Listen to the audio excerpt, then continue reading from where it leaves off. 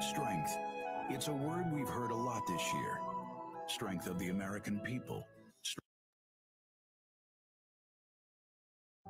Strength. It's a word we've heard a lot this year. Strength of the American people. Strength of the American worker. Strength of the American family. We've seen grit, determination, optimism, hope. We took the virus head on, and now we're getting back to a normal life. The second shift, the dance lessons, and Friday night football. But some want to tear us down. They don't believe in America's promise. Their ideas would kill jobs and drag down our economy. We'll never give up on America. Not now, not ever. Because now is a time to renew our faith, restore our safety, rebuild our economy to keep winning. We've faced our toughest challenge, and we are overcoming just like we always do, because we believe in America.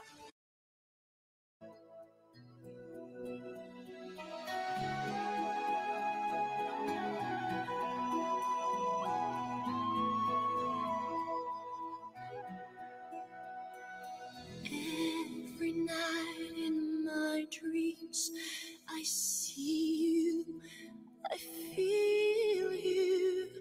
That is how I know you go on.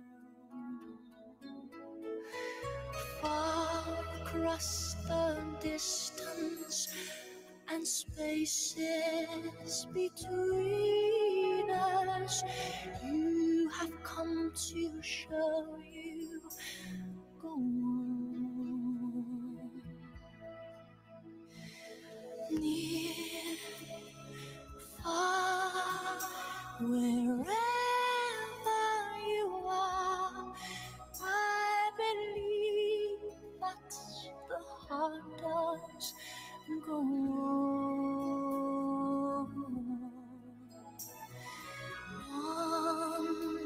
Once more, you open the door, and you're here in my heart, and my heart will go on and on.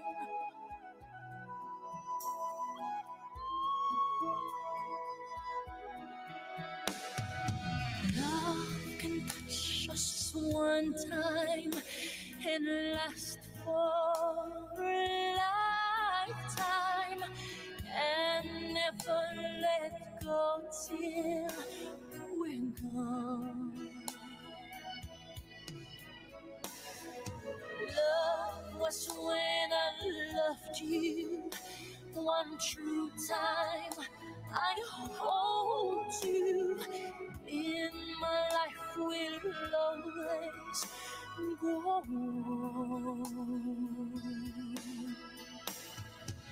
What truly matters is not wherever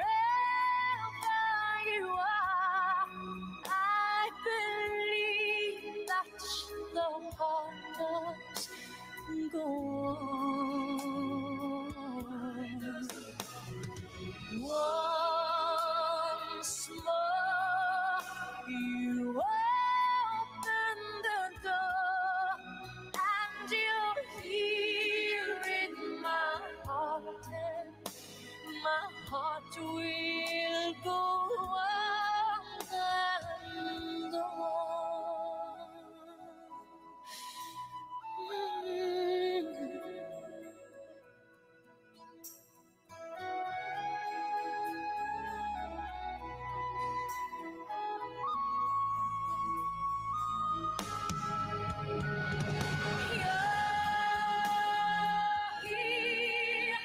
there's nothing I fear, and I know that my heart will go on. We'll stay forever this way. You are safe in my heart, and my heart will go on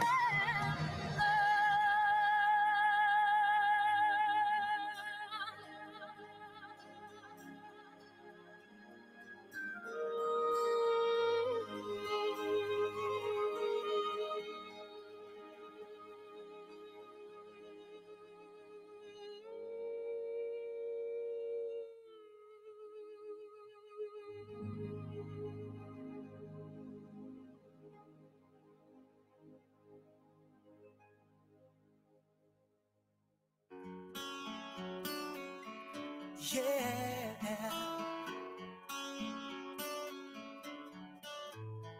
you are my fire, the one desire.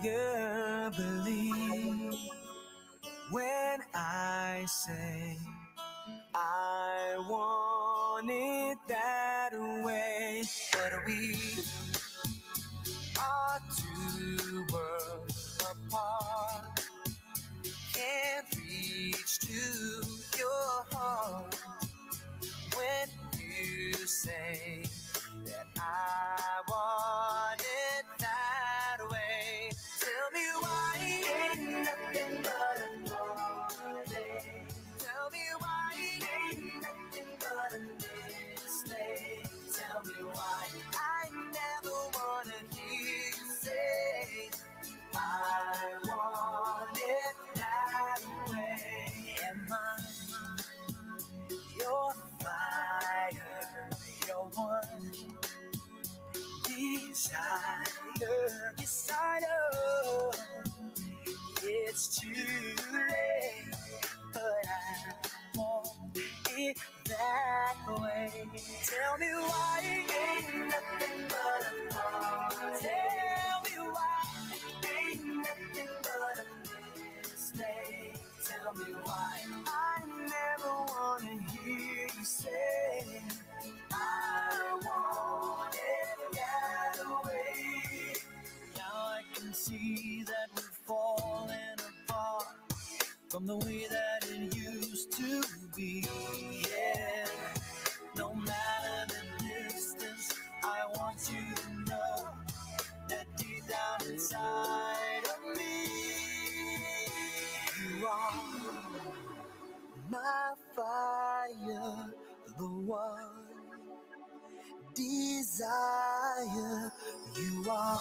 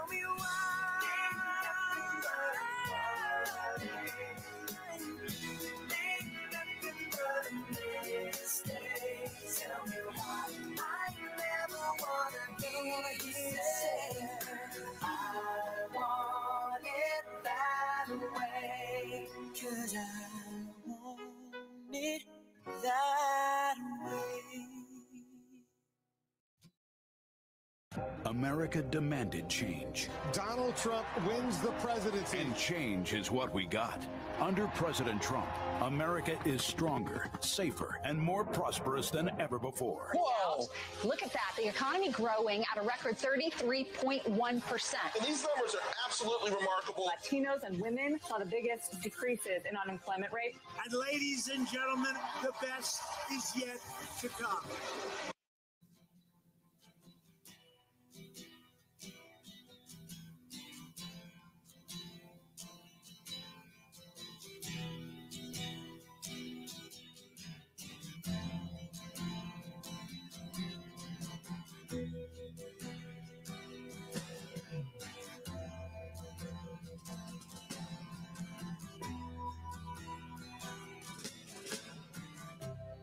Ground control to Major Tom. Ground control to Major Tom. Take your protein pills and put your helmet on. Ground control to Major Tom. 7, 6. Commencing countdown, engines on. 3, 2, check ignition, and may God's love be with you.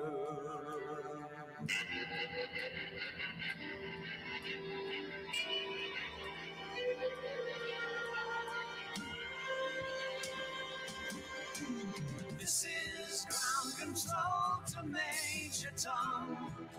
You've really made the grade. And the papers want to know whose shirt you wear. Now it's time to leave the capsule if you dare. This is Major Tom to ground control. I'm stepping through the door. And I'm floating in a most peculiar way. And the stars look very different today. For here am I sitting in a tin can.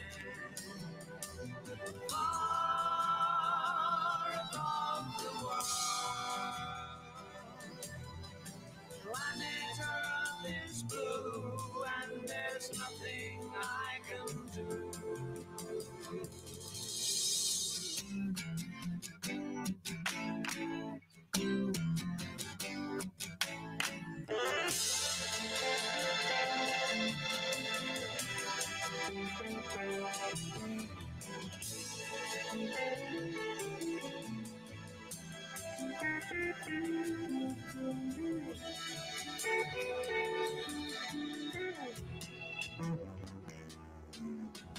Though I'm past 100,000 miles, I'm feeling very scared. And I think my spaceship knows which way to go. Tell my wife I love her very much. She knows. Ground control to Major Tom. Your circuit's dead. There's something wrong. Can you hear me, Major Tom? Can you hear me, Major Tom? Can you hear me, Major Tom? Can you hear? Am I floating on my tin can?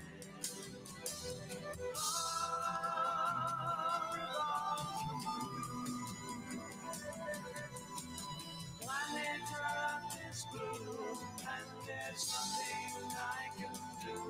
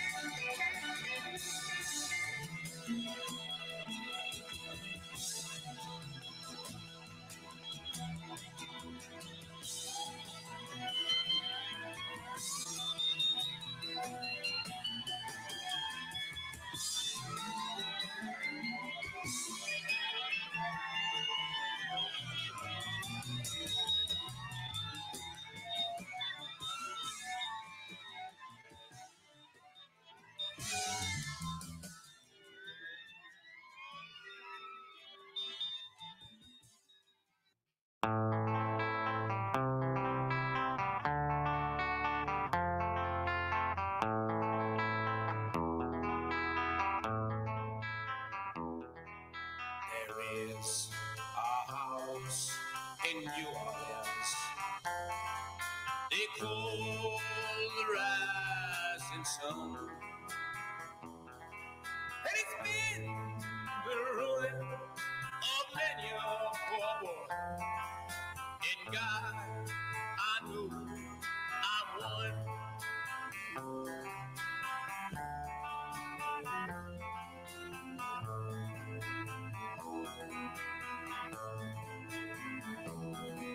My mother was a tailor. She sold my new blue jeans. My father. Ladies and gentlemen, please welcome Katrina Pearson.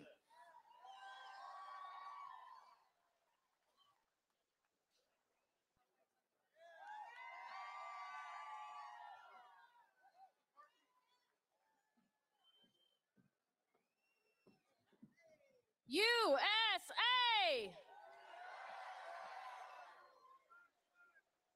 So the president heard some patriots were coming to town. And he looked at that and saw all you people online and all the pictures and the videos, and guess what? Now he wants to be here with you. Because he is the president of the people. For many years, Americans have taken the back seat to politicians, to special interests, and then came Donald J. Trump. And they couldn't believe it because we finally had someone that was going to put America first. And I got to admit, I don't think they thought he'd really do it. But you know what they found out the hard way? Donald Trump doesn't play those games. Because he doesn't owe anyone for getting him here, because you put him right here in the White House, not once, but twice.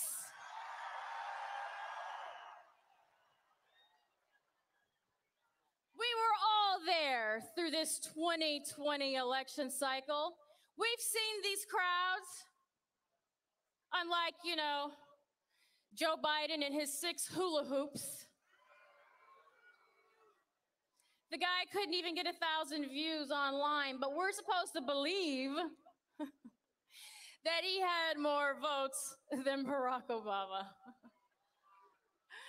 I mean, come on, nobody really believes this crap. But hey, there's something going on at the Capitol today. And I don't think they can hear you.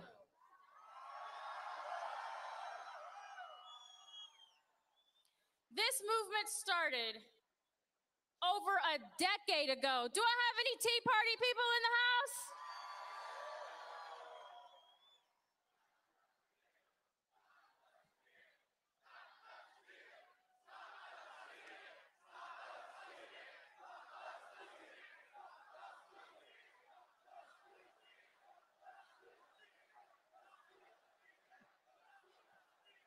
And even if they think for a second that they're going to get away with it today, they got another thing coming. Because today is just a day. And today is just the beginning. I have probably crossed paths with all of you over the last 10 years. But I think those politicians down there, the Republican politicians down there, have forgotten what the Tea Party movement did back then. See, they forgot that Americans know their rights. Americans will stand up for themselves and protect their rights, and they will demand that the politicians that we elect uphold those rights, or we will go after them.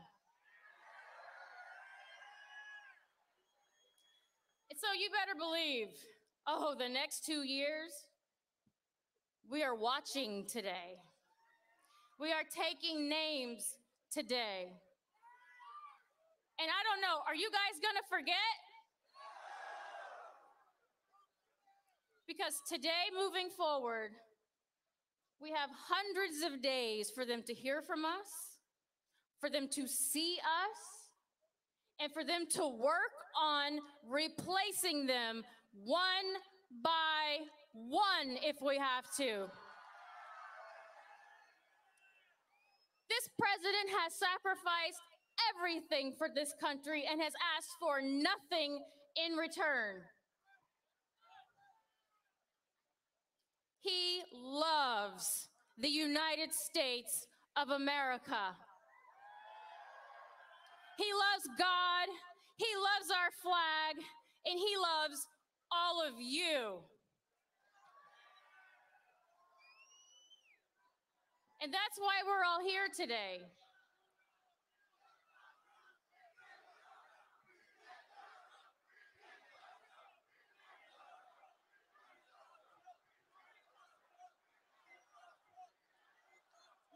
We love Trump. And I gotta tell you, I've never seen someone fight so hard, so strong, against everything here and abroad, just to provide and protect our basic values and principles that keep our nation free and our people able to go to church. Because they have forgotten, at the end of the day, these politicians are not in charge. They govern at the consent of the people. We are revoking that consent moving forward, and we are going to fight for our president. We're going to fight for our country, and I guarantee you in 2 years, every politician that turned their back on our country will lose their seat.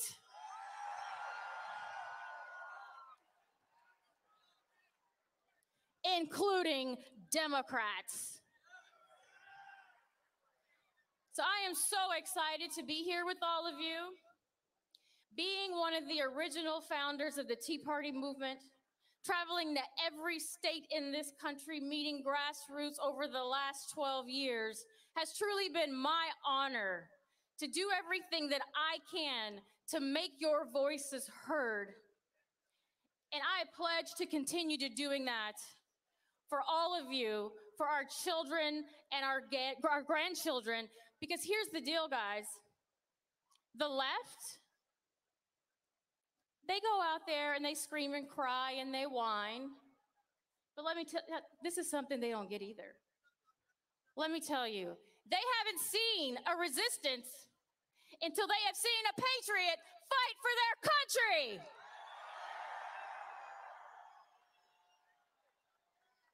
Because we know how to fight for our country, and we're not going to complain. We're not going to cry in the streets. We're not going to go sit in. You're going to see us, and you're going to hear us, but we're going to be working. We're going to fight in our state legislatures to get rid of electronic voting. We want ballots. We want election integrity. We want to restore the vote in our country because we all know, they all know, this election was severely compromised, and we're going to make sure that that never happens again. Because I can see from here all the way back, there are more of us than there are of them, and they're about to see us coming. So God bless you all for coming out here, and I am just so honored to introduce your next speaker. She is a woman that I have known for a very long time, who has fought for our country, been a voice for liberty, have stood up for all of those Republican candidates that the establishment tried to fight, tried to outfund, and in some cases even supported Democrats to keep a conservative liberty Republican out of this city. Amy Kramer is a woman who has this amazing organization called Women for America First, but she was also the 2016 leader of Women for Trump. She is fierce, she is a fighter, and after this election, she took to the streets because that's what we do as patriots. We fight. We don't sit around and wait for politicians to act or judges to act. We, the people, are in control of the United States, and we are going to remind everyone that we are still a constitutional republic, and we will take our rights back. Over the last 2 months, this woman has traveled over 14,000 miles on this big red bus called March for Trump. Have you heard about it? Going from city to city, town to town, in the snow, in the rain, working desperately to fight for all of you, to give you a voice. Ladies and gentlemen, today, we are all in this together, in this fight to restore America. We will save America, and Amy Kramer has been on the front lines, and it is my pleasure to announce my friend and my sister in liberty, Amy Kramer.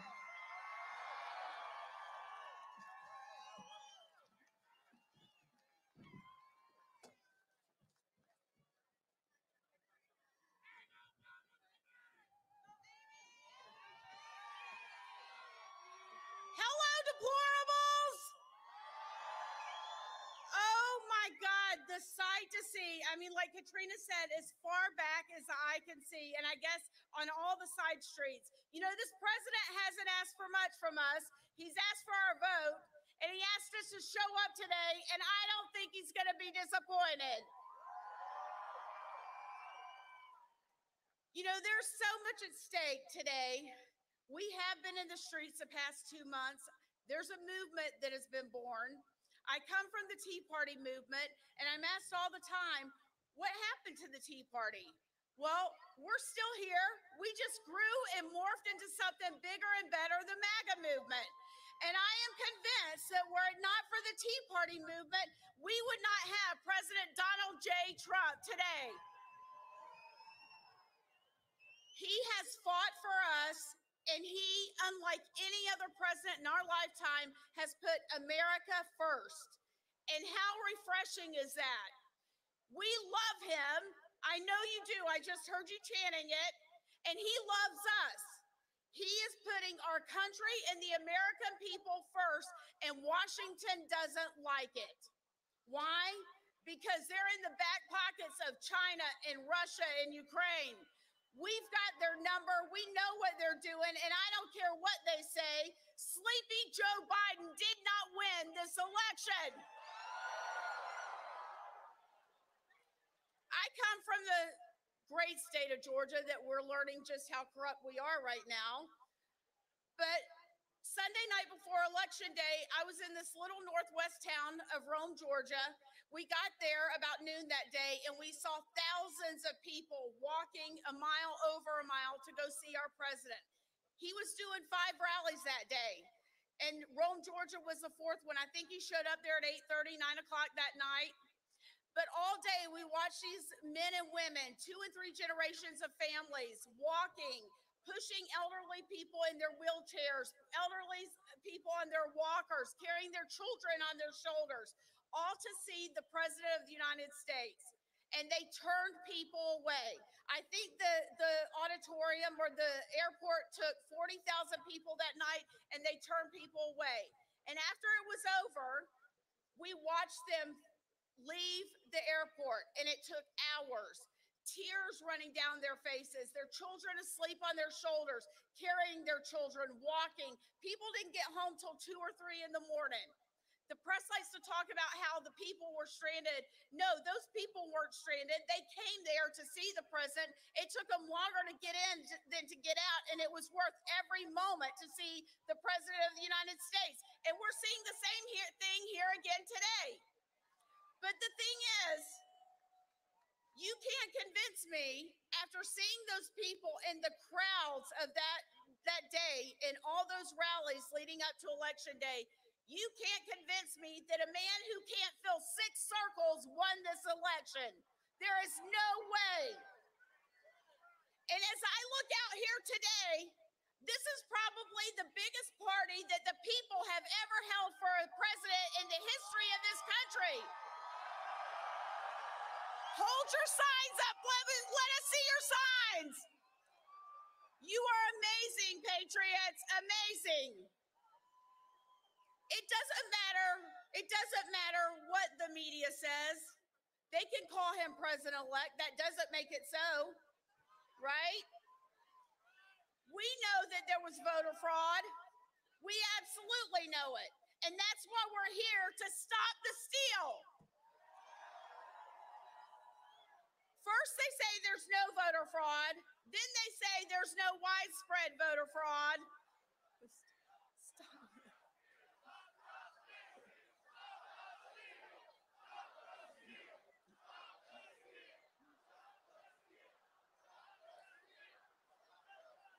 So they can say that there's no voter fraud, but see, we know that there is. We know that in Pennsylvania, 200,000 ballots, more than 200,000 ballots were returned that weren't sent out. We know there's voter fraud in Georgia. Do you know yesterday that suitcases were sold out across the state of Georgia? And look what happened last night. Just because the media doesn't tell you what's going on doesn't make it not true, right? One of President Trump's legacies is his exposure of the fake news media. But that doesn't just mean wrong and inaccurate information. It's also the omission of information, right?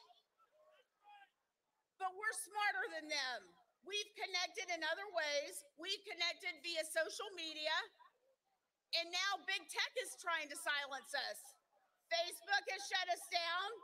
We're the group that started the Stop the Steal Facebook group the day after the election, and within 22 hours, it had over 365,000 members. And when they shut it down, 1.2 million members in the queue waiting to be added. That's amazing. They've never seen anything like it in the tech world. Then MailChimp shuts us down so we can't communicate with our supporters. And then Eventbrite shuts us down, but they didn't just shut us down. They returned all of the donations and then sent emails to everybody that had signed up telling them the event had been canceled. But guess what? That didn't stop you. That didn't stop the people. We showed up on November 14th because we love this country and we love the President of the United States. They thought they were going to silence us. They thought they were going to stop us.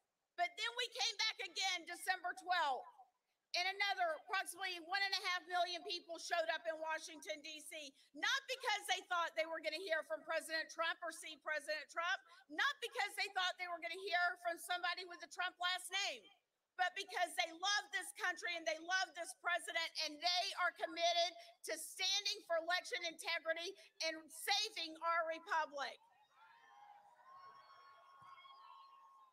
So Women for America First decided to get on a bus, the March for Trump bus, and go across America and to take a little piece of everybody we came across and bring it here today to Washington, D.C. Like I said, the president has not asked for much, but he asked us to show up today, and we showed up. And we are not going to back down. We're not going away.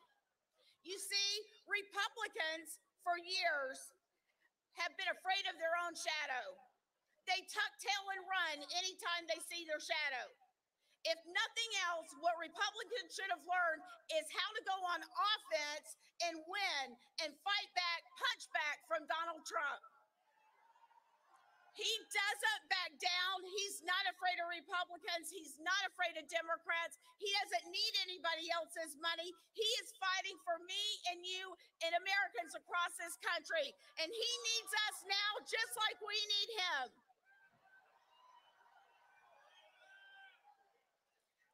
So for years, as the Republicans over at the Capitol have been telling us they've been fighting for us, what have they been doing? They've been crafting the terms and signing away our rights. That's what they've been doing. And they keep attacking our president. And you know, every time they attack him, it's an attack on you and I. And I don't know about you, but I'm sick of it. So we are here. We're not going anywhere. We're not going to let them steal an election, because this isn't about stealing an election from Donald J. Trump. This is about stealing an election from we the people, and we are here to save the republic.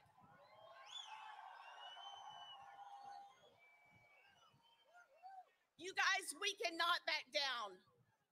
This is just the beginning. We have a lot of work to do.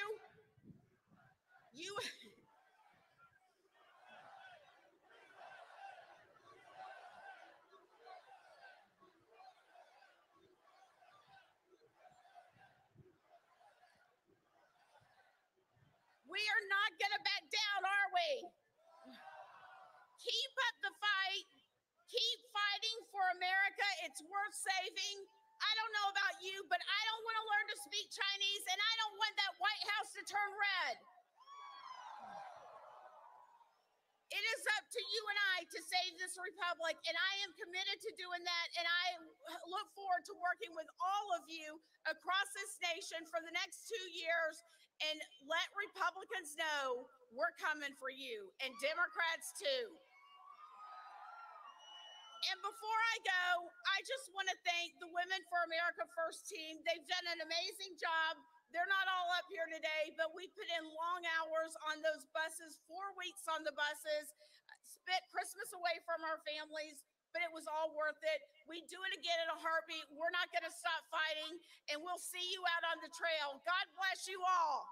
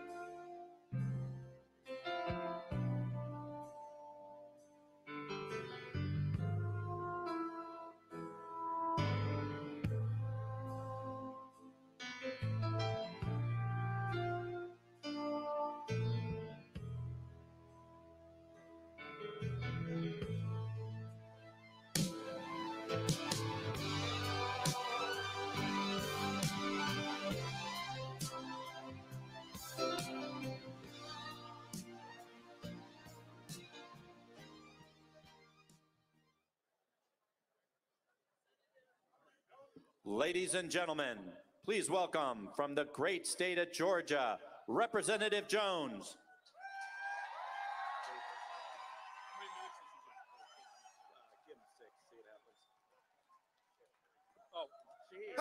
America. Hello, America. Hello for Donald Trump. I'm honored to be here today, and I want you to know I stand tall, and I stand firm, and I stand with our President of the United States, Donald J. Trump. He has been fighting for us. He has been fighting for America. And that's why we're here today, to show him that we are going to fight for him. We're going to send a message to Joe Biden, Nancy Pelosi, Chuck Schumer, and the entire Democratic Party. They don't know they just have awakened a sleeping giant. This party, the GOP, is the grand old party. But you know what? We're about to make this the grand new party. We're going to bring in new ideas. We're going to bring in brand new people. And we're going to come in and we're going to take our country back. We believe in the traditional values of the Constitution. We're going to protect all of our amendments, and clearly the Second Amendment. I am so fired up for what happened in Georgia and what happened across this country. I've been thinking a lot. I'm ready to go home. I'm ready to go home to the party of Lincoln.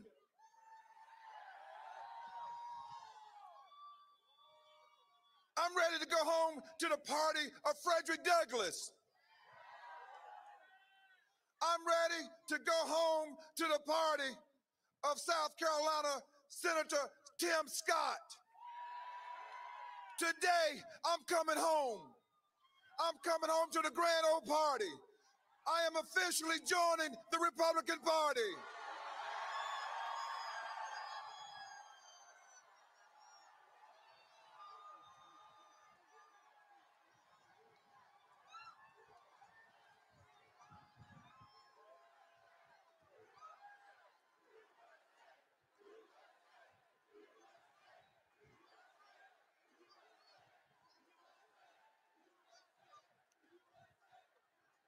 Mike Lindell, I want to thank you for all you've done to influence me, to support me, and give me the courage through my trials and tribulations fighting those demon Democrats.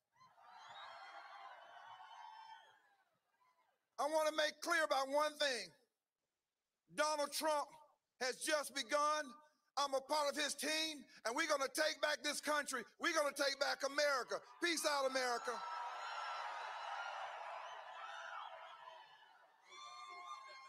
Now, grab the general.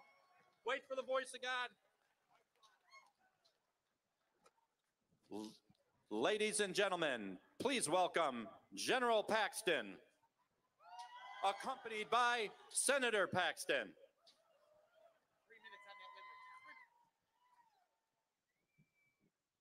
It is so awesome to be here. I want you to know that Texas fights. We fought 12 straight lawsuits related to mail-in ballots, related to signature verification, federal court, state court, Travis County, Austin, Houston. We fought, we won every single one of those cases, and because of that, Donald Trump won Texas by over 600,000 votes. And thank God for a legislature in Texas like my senator, Angela Paxton, my wife, who put in place laws that protect against fraud. One of the great things about the state of Texas is that we did not quit. If you look at what Georgia did, they capitulated, they consented. We kept fighting in Texas. And then we had the opportunity to go fight in other states. And we sued 4 states over the ballot fraud and not following the Constitution, not following state law. And we took it directly to the Supreme Court, and they should have heard our case. And let me just finish up by saying that what we have in President Trump is a fighter. And I think that's why we're all here. We believe in what he's accomplished over the last 4 years. And because we're here today, the message goes on. We will not quit fighting. We're Texans, we're Americans, and we're not quitting. God bless you for being here today. God bless this great country we live in. Thank you.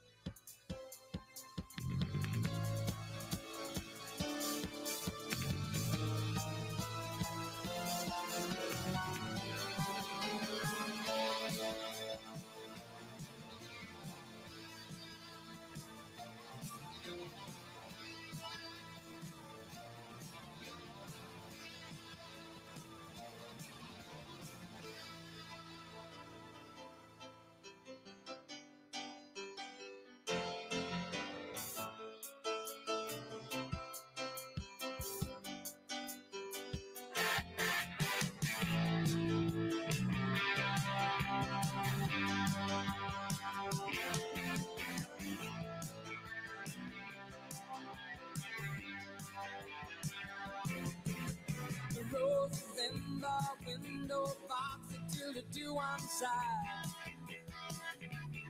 Everything about this house was born to grow and die.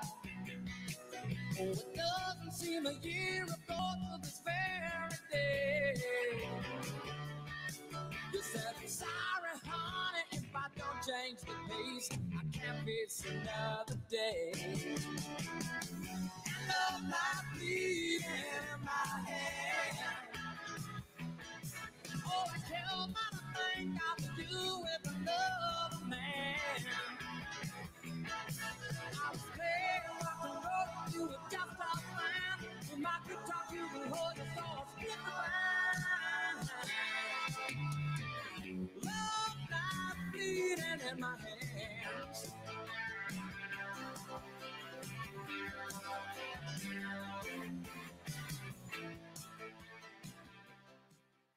Ladies and gentlemen, please welcome Eric Trump.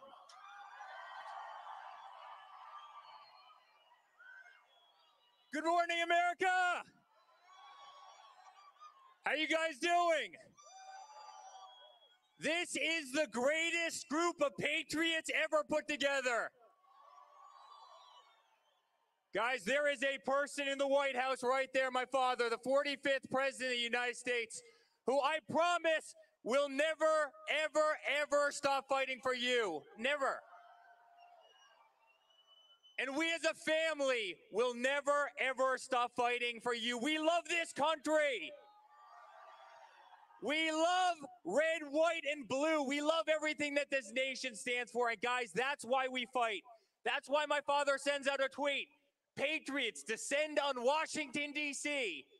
And you look at the crowds out here today, it's absolutely incredible. I've got a question for you. Is there any person here that actually thinks that Joe Biden won this election?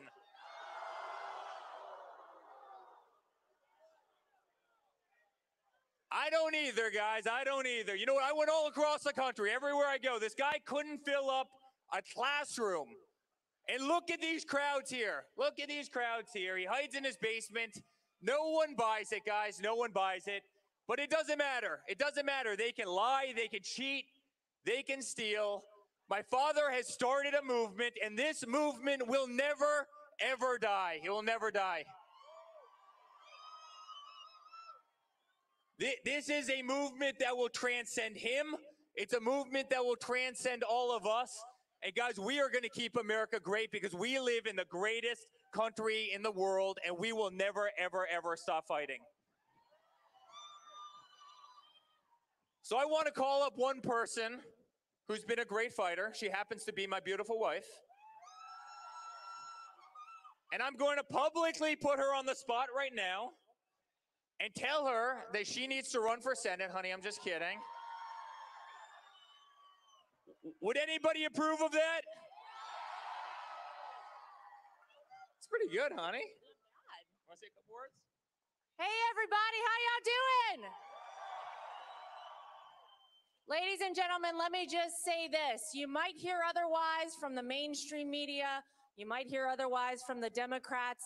This fight has only just begun. Let's be very, very clear about that. And Eric said it, our family didn't get in this fight for just 4 years. We are in this fight to the bitter end. We are gonna take our country back, okay? And before we go, there's something very important that I wanna make sure everybody knows today. Today happens to be my husband's birthday. Honey, do you have any birthday present you would like from the United States of America? Well, I have one birthday present that I want from all the senators and all the congressmen. Have some backbone, show some fight, learn from Donald Trump. He has more fight in them than every other one combined, and they need to stand up, and we need to march on the Capitol today, and we need to stand up for this country, and we need to stand up for what's right. We love you, America. God bless you all. What? Can you guys help me sing happy birthday to my husband? Happy birthday to...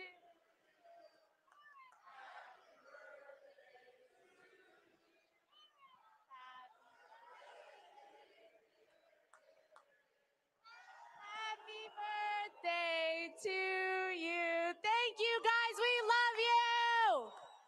Let's keep the fight going, America. Thank you. Kimberly, get up here. Does anybody know the great Kimberly Guilfoyle? We love her. She's been such a warrior. She's fought so hard. Take it away, Kimberly. Well, good morning, DC, and good morning, America. How do we feel this morning, and how much do we love President Trump? Here's the best news. Look at all of us out here, God-loving, freedom-loving, liberty-loving patriots that will not let them steal this election. President Trump has been the most transformative, impactful president this incredible country has ever seen. He is a great patriot that has fought for the America First policies, for the American dream, for you and your families. Thank you, President Trump. And we will continue to hold the line across this incredible country because we finally had a president in the White House that knows what it means to put America first, a president that understands what it means to have open schools, not open borders, who restored the greatness of the American military, who stands for veterans, who stands for law enforcement and the American family. He is the president that humiliated the Democratic machine in 2016 and turned the swamp upside down, and he will continue to fight for that dream. He will continue to save America. We will continue to stand for President Trump, stand with him and for this country. We will not allow the liberals and the Democrats to steal our dream or steal our elections. No president has fought harder than President Trump and his incredible family, and it's been an honor to stand and fight alongside them. And we have a president that understands what it means to stand for the Second Amendment, for your rights, for the Constitution, to stand for life.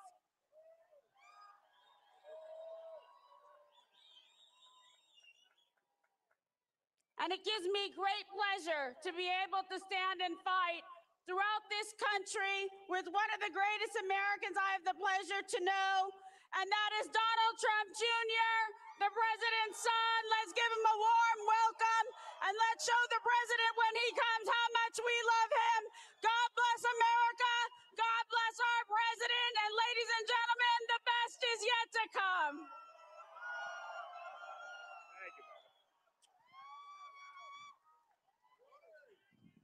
Hello, Patriots! Hey, guys.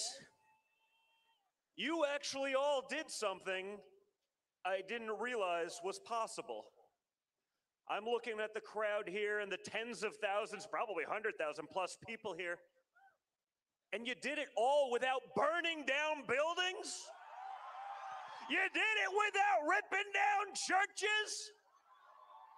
Without looting?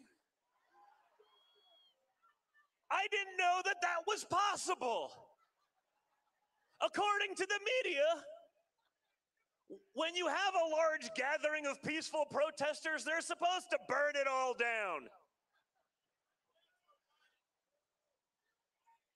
See, guys, we can do it right, but the fact that you are all here on this rather cold January day tells me all I need to know. And it should be a message to all the Republicans who have not been willing to actually fight.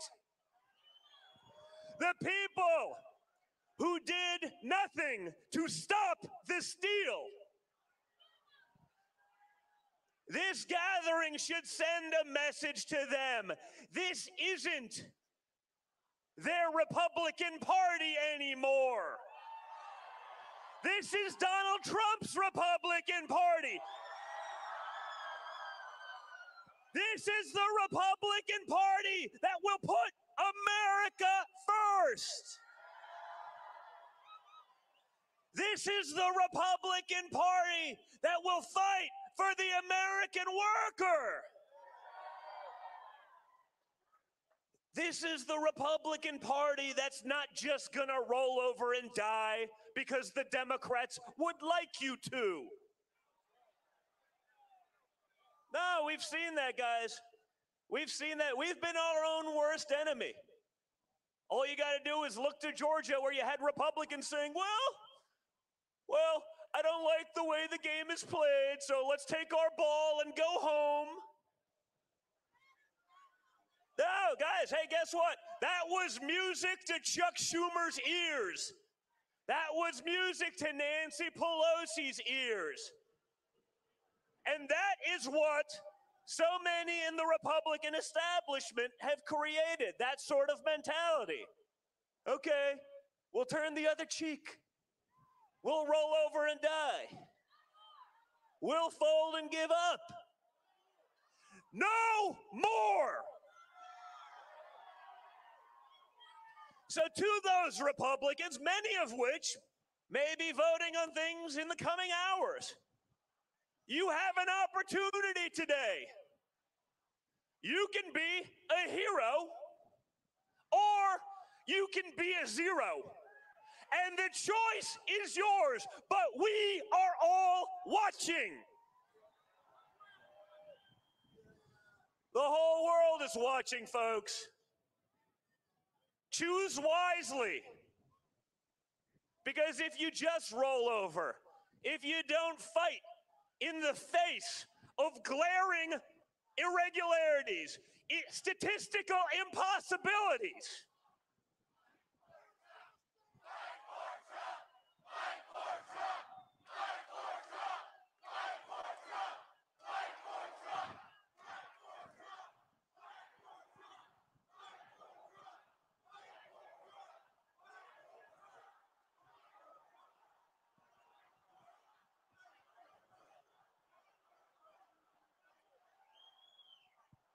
that's right, guys. That's the message. These guys better fight for Trump. Because if they're not, guess what? I'm going to be in your backyard in a couple of months. Guys like Scott here. Look at, wow, okay.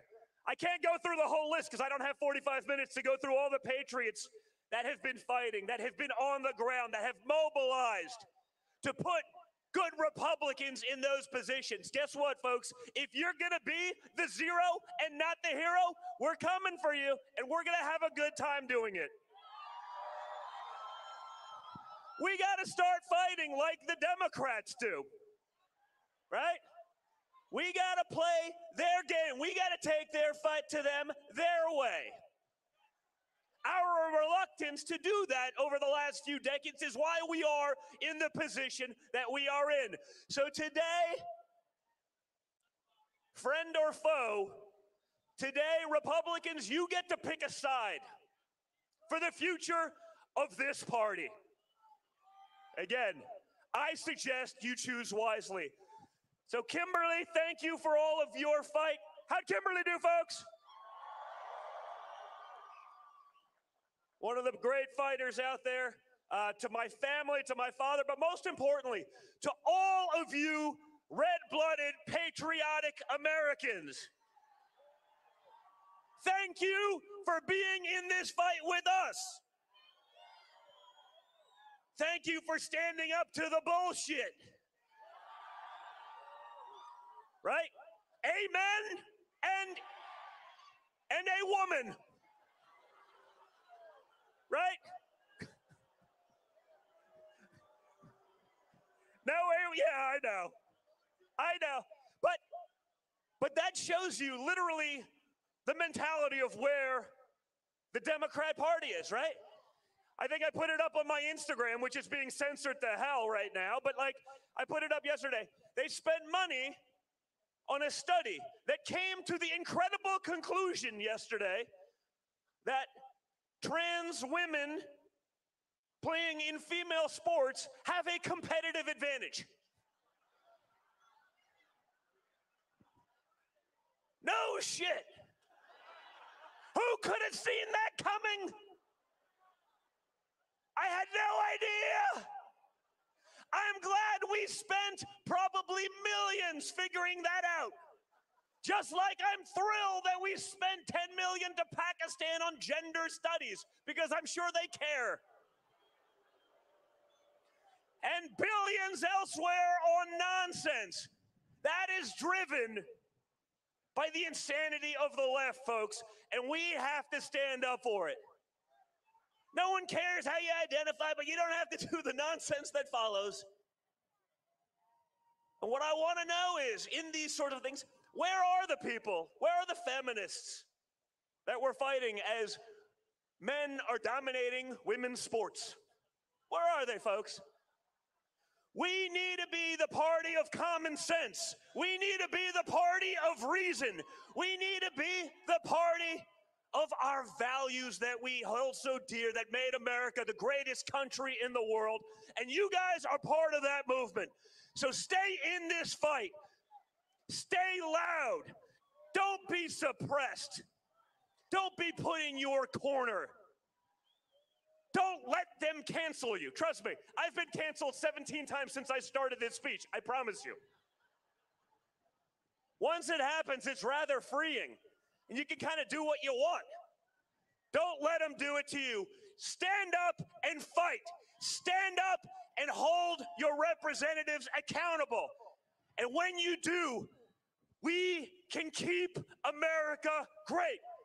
Thank you, Patriots. Thank you, America. Keep fighting. Thank you, guys. I wonder if those changes have left a scar on you. Like all the burning hoops of fire that you and I passed through. You're a bluebird on a telegraph line. I hope you're happy now. Well, if the wind of change coming down your way, girl, you'll make it back somehow. And love like bleeding in my hand. Oh, I can't matter think of you with my love, man. I was playing rock and roll and you were just out of time. When my guitar moved the road, so I slipped by. Love like bleeding in my hands.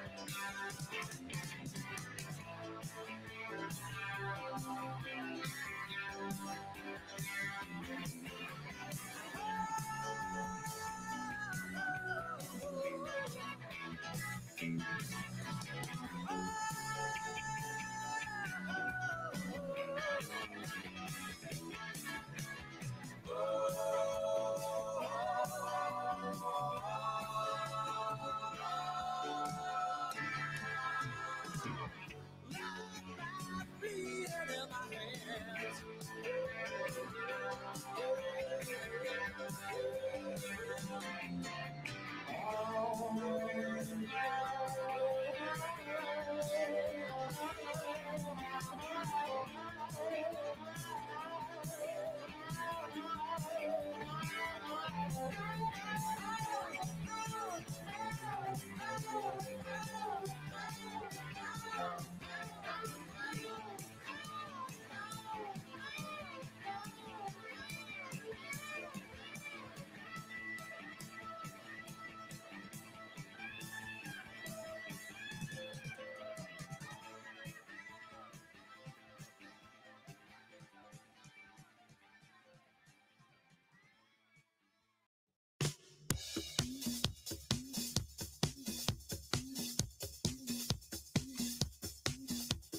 Body, body, wanna feel my body, baby. Such a thrill, my body, yeah, yeah. Wanna touch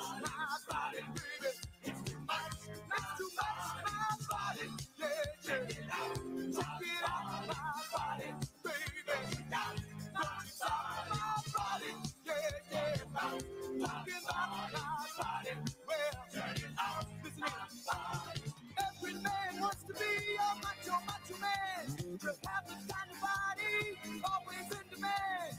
Jogging in the mornings, go man go. Workouts in the health bar, muscles glow.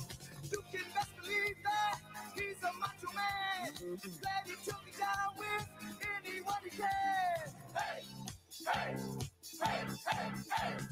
Macho, macho, macho man, yeah. I've got to be a macho. I've got to be a macho, macho man, yeah. I've got to be a macho. Oh, macho, macho man, yeah.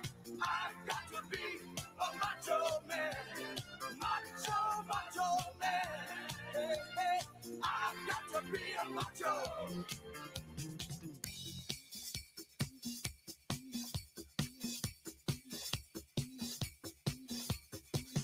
Body, it's so hot, my body, baby. Love to pop, my body, yeah, yeah. Please, love to please my body, baby. Don't you tease my body, yeah. You adore my body, baby. Come explore my body, yeah, yeah. Me back on my body, baby, so good, hey. You can tell him macho, he has a funky walk.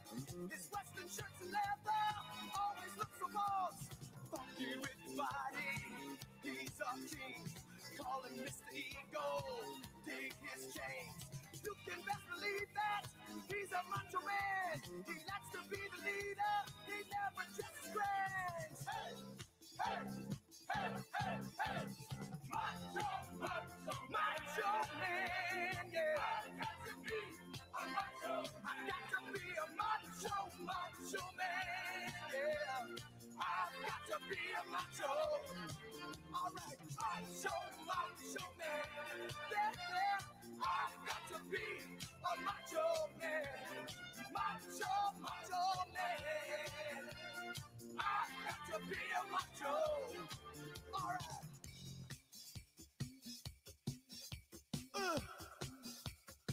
Macho, baby.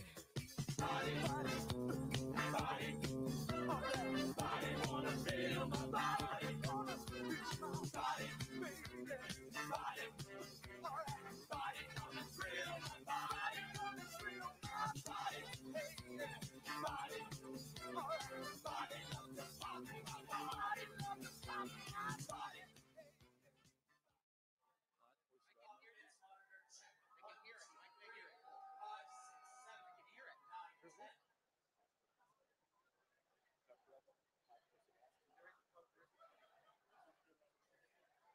Ladies and gentlemen, please welcome Congressman Madison Cawthorn.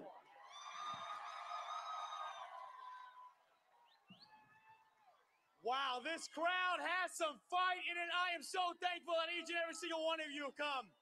You know, I just rolled down from the Capitol building about 2 miles away down Pennsylvania Avenue.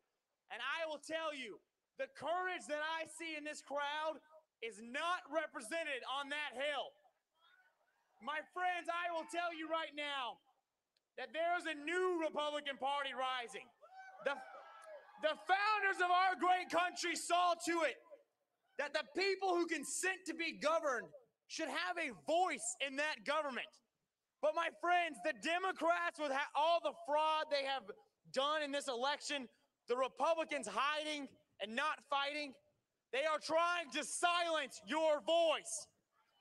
Make no mistake about it, they do not want you to be heard. But my friends, when I look out this crowd, I can confidently say, this crowd has the voice of lions. There's a new Republican Party on the rise that will represent this country, that will go and fight in Washington, D.C. I'll tell you, I see so many of my friends who are up in Congress with me who are about to go back to that Capitol Hill. And at 12 o'clock today, we will be contesting the election. But my friends, bear in mind, there is a significant portion of our party that says we should just sit idly by and sit on our hands. They have no backbone. My friends, I encourage you, continue to make your voice heard, because Do we love Donald Trump? But my friends, we're not doing this just for Donald Trump. We are doing this for the Constitution. Our Constitution was violated. You know, if I knew that a city clerk in a city called with my name named Madison can overturn a state legislator and alter the course of an election, well, hell, I might have ran for a different office. My friends, I encourage you, go back to your states after today. Hold your representatives accountable. Make sure that they stood up for election integrity and make your voices heard. My friends, I want you to chant with me so loud that the cowards on Washington, D.C. that I serve with can hear you. While I leave, let's get a chant so Donald Trump knows who supports him. USA! USA! USA! USA! USA! USA! Thank you all. God bless.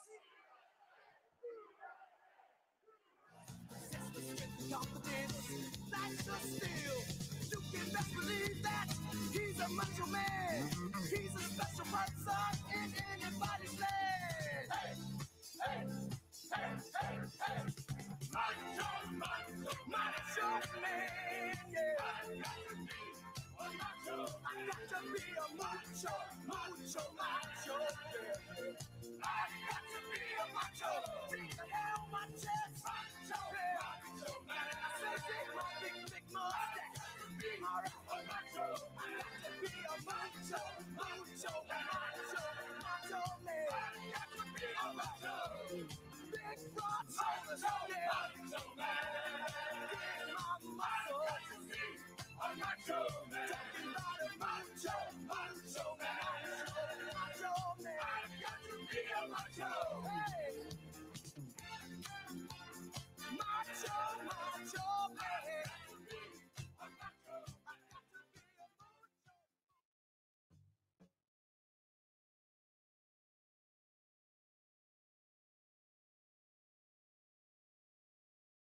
Frankly, Senator Sanders, Senator Warren, and myself are all on the same team. What are you willing to sacrifice to make sure that overfunded police departments are defunded? There is no middle road on the climate crisis. I not only support a Green New Deal, I don't think it goes far enough. I'm all for a Green New Deal. This is part of what gun registration is about. We want to track where the guns are. We need to cut the defense budget. Popeyes or Chick-fil-A? Oh, Popeye.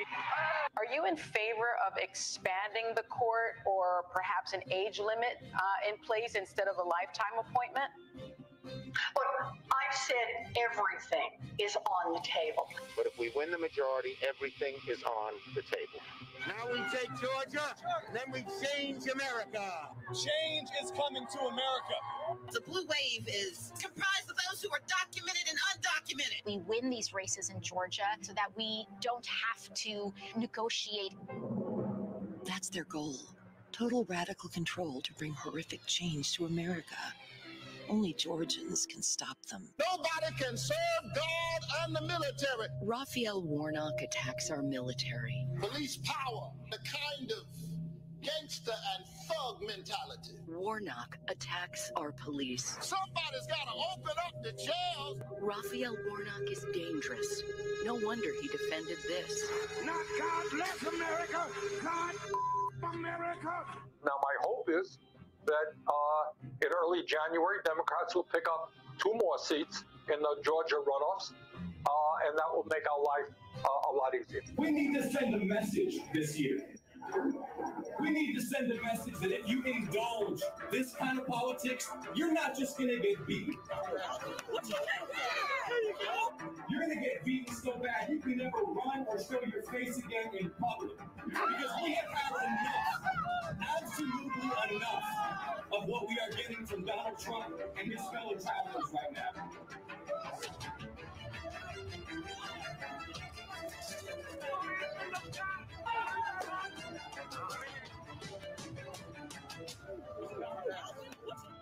You're not just going to get beat. You're going to get beaten so bad you can never run or show your face again in public.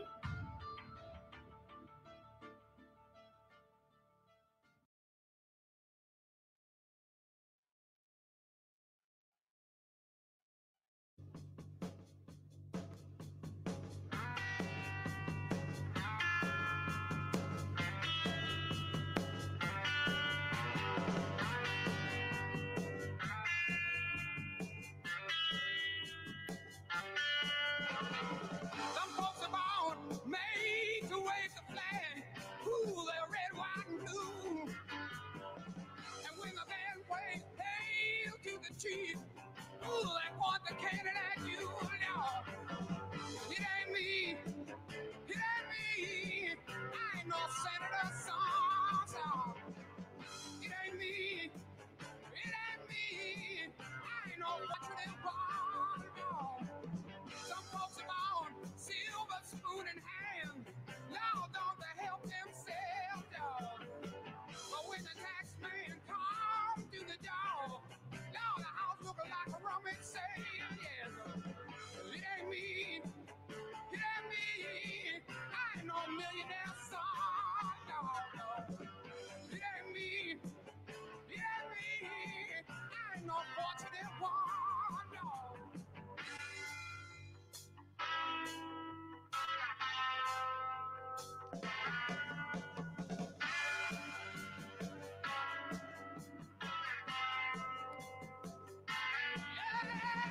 Some folks inherit star-spangled eyes. Ooh, they send you down to war. Now when you ask them, how much should we give? Ooh, the only answer, more. It ain't me. It ain't me. I ain't no military son.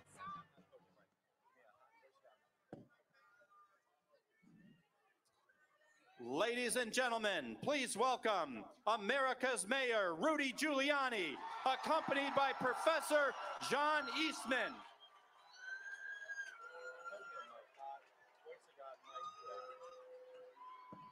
Hello. Hello, everyone. We're here just very briefly to make a very important 2 points.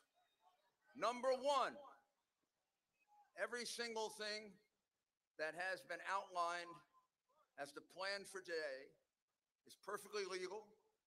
I have Professor Eastman here with me to say a few words about that. He's one of the preeminent constitutional scholars in the United States. It is perfectly appropriate, given the questionable constitutionality of the Election Counting Act of 1887, that the vice president can cast it aside and he can do what a president called Jefferson did when he was vice president. He can decide on the validity of these crooked ballots, or he can send it back to the legislatures, give them 5 to 10 days to finally finish the work. We now have letters from 5 legislatures begging us to do that. They're asking us. Georgia, Pennsylvania, Arizona, Wisconsin, and one other coming in. So it seems to me we don't want to find out 3 weeks from now even more proof that this election was stolen, do we? So it is perfectly reasonable and fair to get 10 days, and you should know this. The Democrats and their allies have not allowed us to see one machine or one paper ballot. Now, if they ran such a clean election, why wouldn't they make all the machines available immediately? If they ran such a clean election, they'd have you come in and look at the paper ballots. Who hides evidence? Criminals hide evidence, not honest people. So, over the next 10 days, we get to see the machines that are crooked, the ballots that are fraudulent, and if we're wrong, we will be made fools of. But if we're right, a lot of them will go to jail. So, let's have trial by combat. I'm willing to stake my reputation. The president is willing to stake his reputation on the fact that we're going to find criminality there. Is Joe Biden willing to stake his reputation that there's no crime there? No.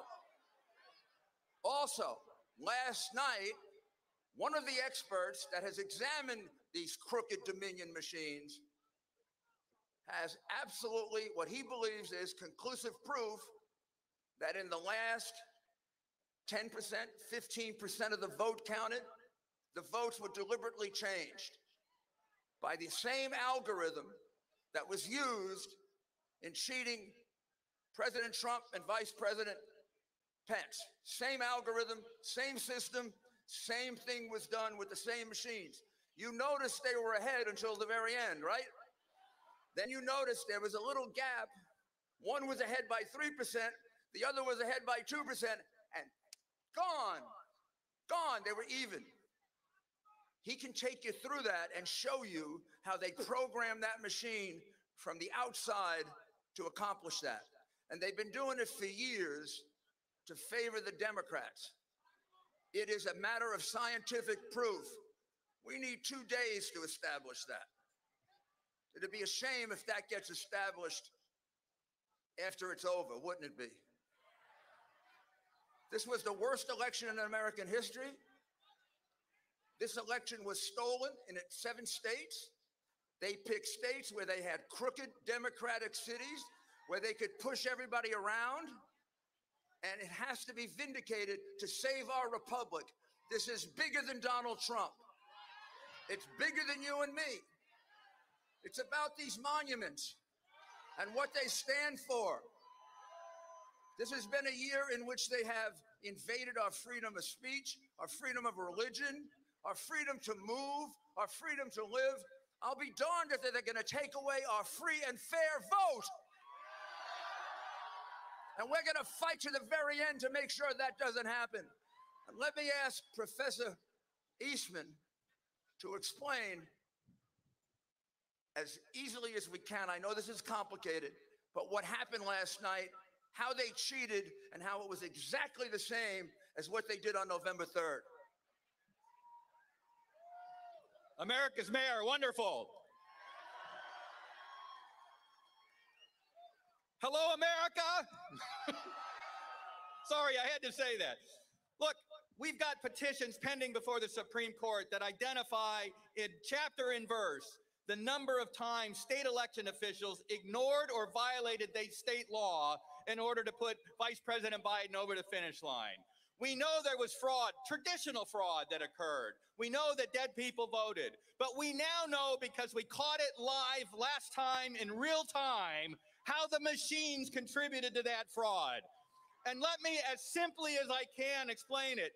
You know, the old way was to have a bunch of ballots sitting in a box under the floor, and when you needed more, you pulled them out in the dark of night. They put those ballots in a secret folder in the machines, sitting there waiting until they know how many they need. And then the machine, after the close of polls, we now know who's voted and we know who hasn't. And I can now, in that machine, match those unvoted ballots with an unvoted voter and put them together in the machine.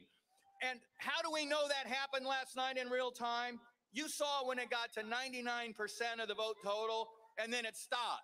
The percentage stopped, but the votes didn't stop. What happened, and you don't see this on Fox or any of the other stations, but the data shows that the denominator, how many ballots remain to be counted? How else do you figure out the percentage that you have? How many remain to be counted? That number started moving up.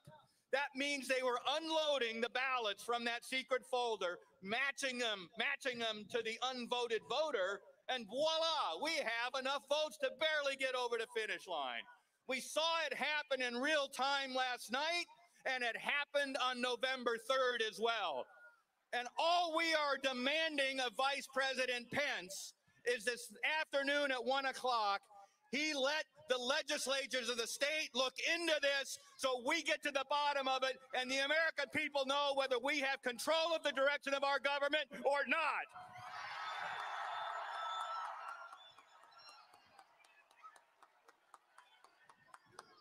We no longer live in a self-governing republic if we can't get the answer to this question. This is bigger than President Trump. It is the very essence of our Republican form of government, and it has to be done. And anybody that is not willing to stand up to do it does not deserve to be in the office. It is that simple. God bless you. And thank you so much for your support. I know the courage it takes to be out there. I know how you get ridiculed. I know how they try to take jobs away from you. But you look in the mirror every night and you say to yourself, I'm doing the right thing for myself, for my family, for my children, and most importantly, for the United States of America.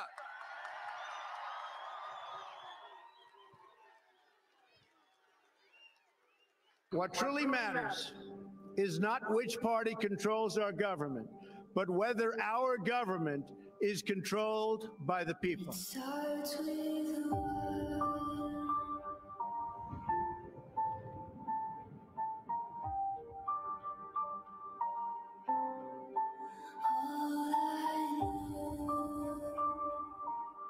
For too long, a small group in our nation's capital has reaped the rewards of government while the people have borne the cost. The establishment protected itself, but not the citizens of our country. That all changes starting right here and right now. One thing, I don't know why. It doesn't even matter how hard you try. Keep that in mind. I designed this rhyme to explain it through time. All I know, time is a valuable thing. Watch it fly by as the pendulum swings. Watch it count down to the end of the day. The clock takes life away. It's so unreal. Then it won't count below. Watch the time go right out the window. Trying to hold on, but you didn't even know. Wait a second, watch you go. I count everything outside, and even though I tried,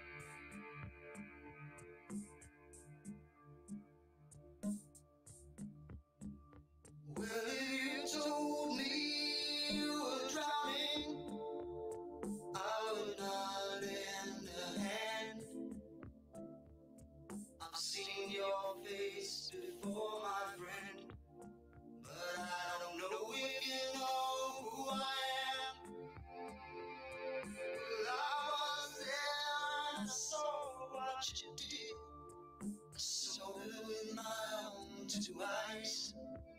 So you could wipe off that grin. I know where you've been.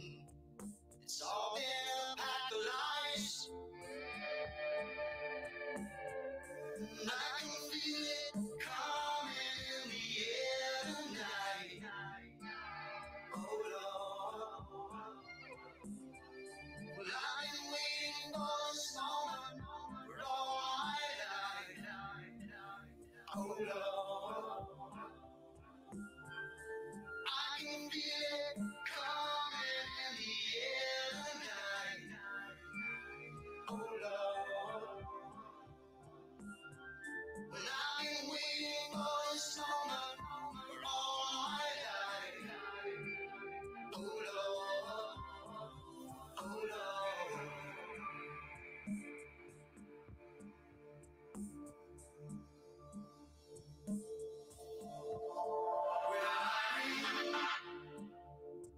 I remember, don't worry.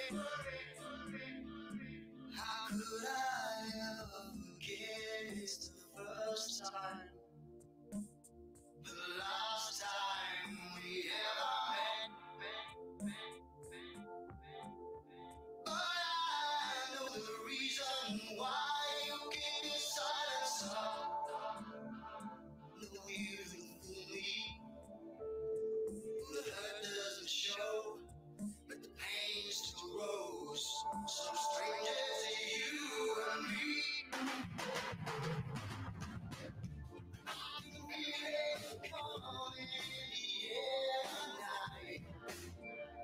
Oh Lord. But I've been waiting for this moment for all my life. Oh Lord. I can feel it in the air tonight. Oh Lord. Oh Lord. Well, I've been waiting for this moment for all my life. Oh Lord. I can feel it coming in the air tonight. Oh Lord. I've been waiting for this moment for all my life. Oh Lord. I can feel it in the air tonight. Oh Lord. Oh Lord. Well, I've been waiting for this moment all my life.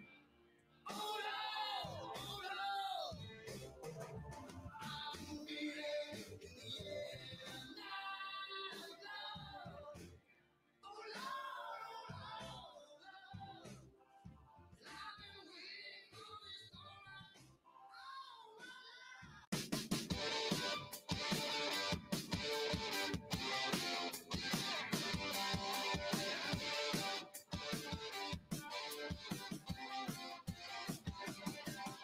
It's getting late. Have you seen my legs? Tell me when the boys get here. It's 7 o'clock and I wanna rock. Wanna get a belly full of beer. My old man's a drunker than a barrel full of monkeys, and my old lady, she don't care. My sister looks cute in her braces and boots, a handful of breeze in her hair. Oh, don't give us none of your aggravation. We had it with the death of plan. Oh, Saturday night's all right for fighting. Get a little action in. Get a battle started like a diesel train. Gonna send the stands tonight. Saturday night's the night I like. Saturday night's all right, all right, all right.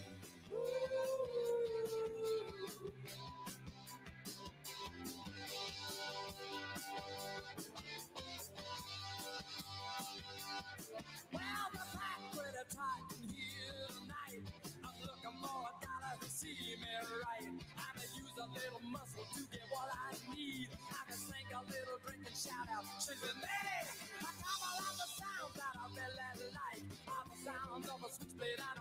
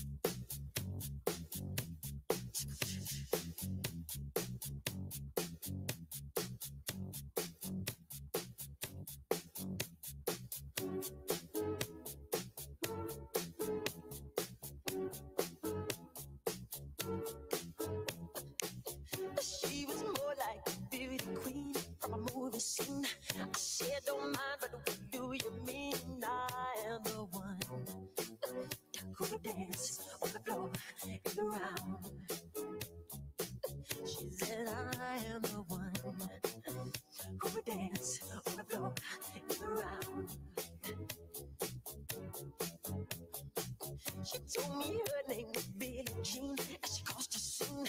Then heavy hair turned with ice to dream of being the one who would dance on the floor and around. People always told me, be careful what you do. Don't go around breaking young girls' hearts. And mother always told me, be careful who you love. Be careful what you do. Cause the lie comes true. Hey, Billie Jean's not my love. She just a girl that I'm the one.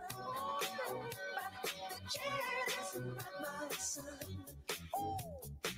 She says I'm the one, but the kid is not my son. For 40 days and for 40 nights, I was on her side. But who can stand when she's in demand? Her schemes and plans. Do a dance on the floor and around.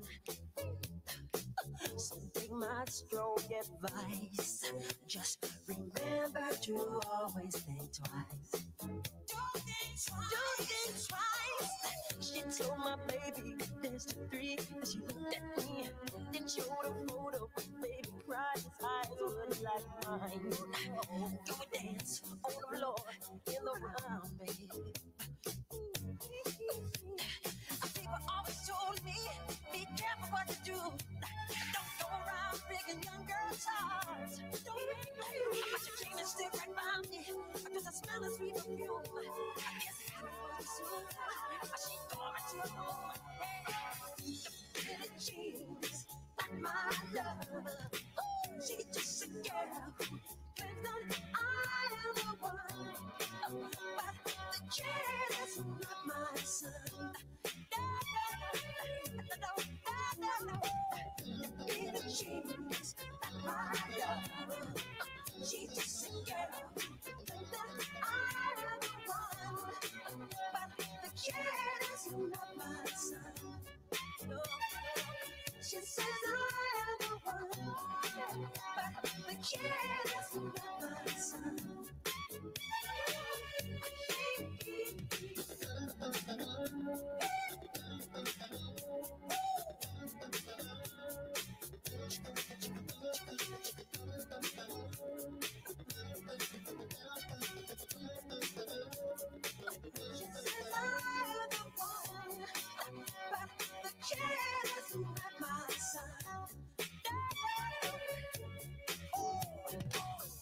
Billie Jean's not my love. She's just a girl who claims that I am the one. Baby, she's not my son. She knows that I'm the one. She's not my son. She says I'm the one. You know you did. She says breaking my heart, babe. Billie Jean's not my love. Billie Jean's not my love. Billie Jean's not my love. Billie Jean's not my love. Billie Jean's not my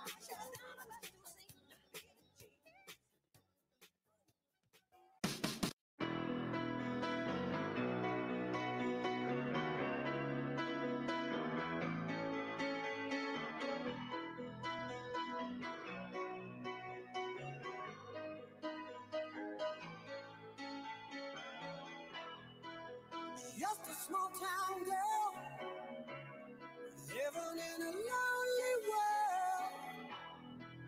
She took the midnight train going anywhere. Just a city boy, born and raised in South Detroit. He took the midnight train going anywhere.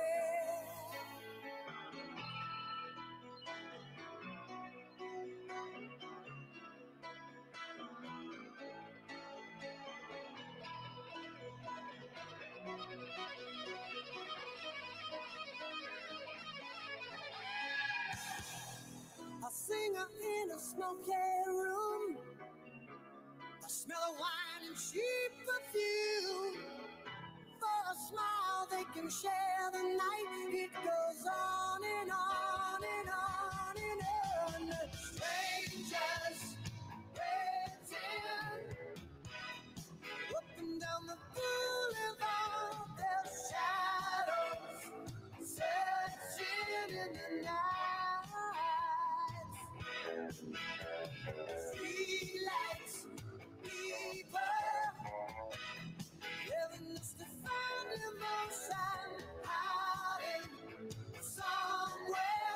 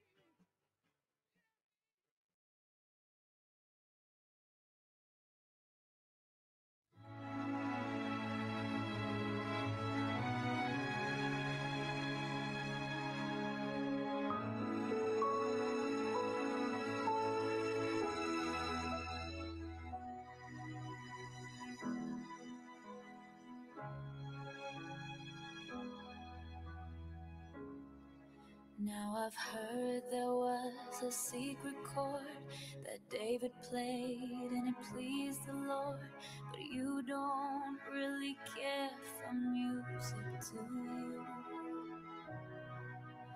It goes like this: the fourth, the fifth, the minor fall and the major lift. The baffled king composing hallelujah,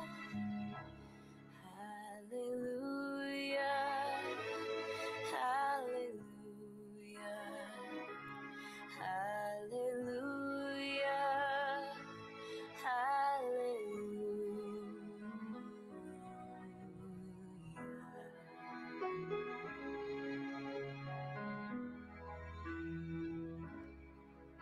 You say I took the name in vain. I don't even know the name, but if I did, well, really, what's it to you? There's a blaze of light in every word. It doesn't matter what you heard, the holy or the broken. Hallelujah, hallelujah, hallelujah, hallelujah, hallelujah.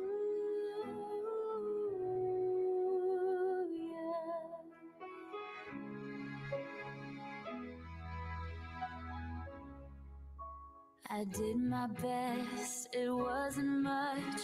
I couldn't feel, so I tried to touch. I've told the truth, I didn't come to fool you.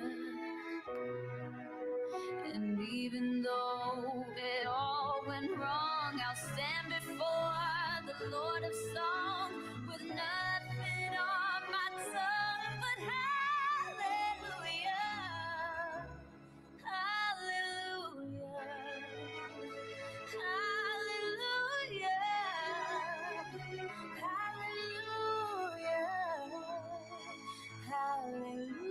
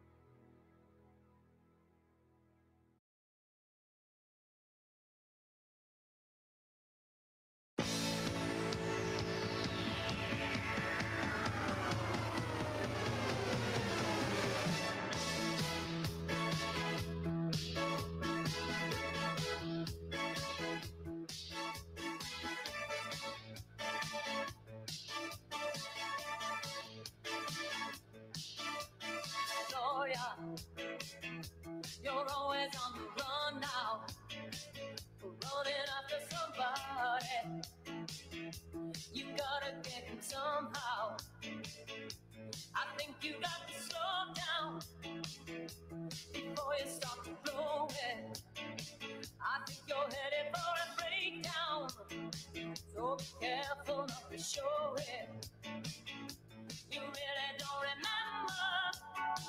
Was it something that he said? All the voices in your head calling Gloria, Gloria. Don't you think you're falling?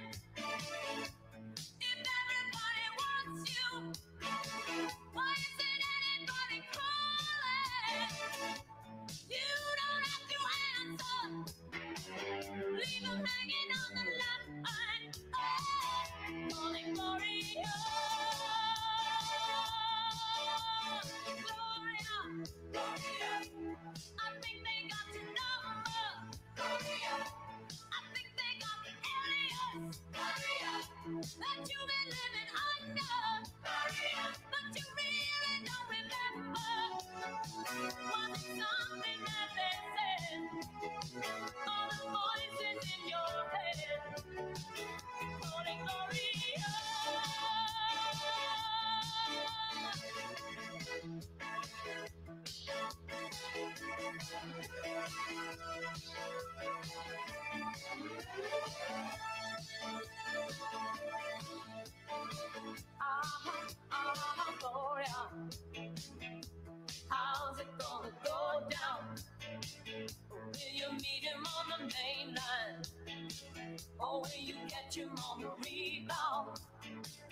When you're married for the money, take a lover in the afternoon. Feel your innocence slipping away. Don't believe it's coming back soon. And you really don't remember. Was it something that he said? Oh, the voices in your head. Glory, glory, Gloria. Don't you think you're calling? If everybody wants you, why isn't anybody calling? You don't have to answer. Leave them hanging on the line. Calling Gloria. Gloria. I think they got your number. Gloria. I think they got the alias. Gloria. That you've been living under. Gloria. But you really don't remember. Was it something that they said? All the voices in your head. Calling Gloria. Gloria.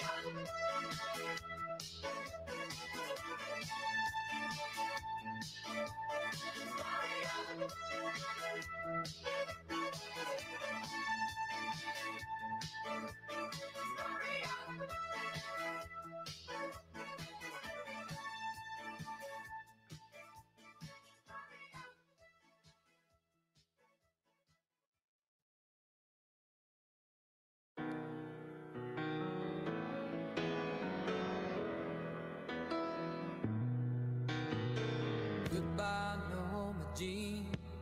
No, I never knew you at all. You had the grace to hold yourself, but those around you crawled. They crawled out of the woodwork, and they whispered into your brain. They set you on the treadmill, and they made you change your name.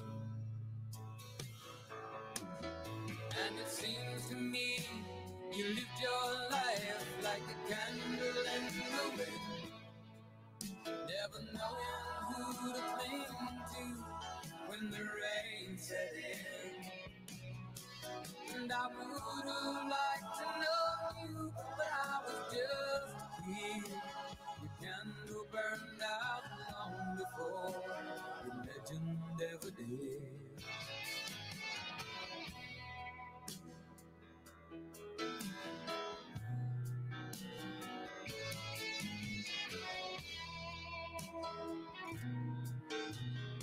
Loneliness is tough, tough as road you ever played. Hollywood created a superstar, and pain was the price you paid. Even when you died, oh, the press still hounded you. All the papers had to say was that Marilyn was found in the news. And it seems to me you lived your life like a candle in the wind.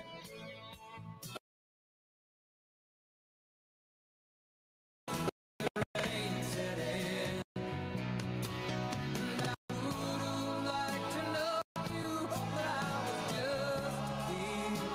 The candle burned out long before the legend ever did.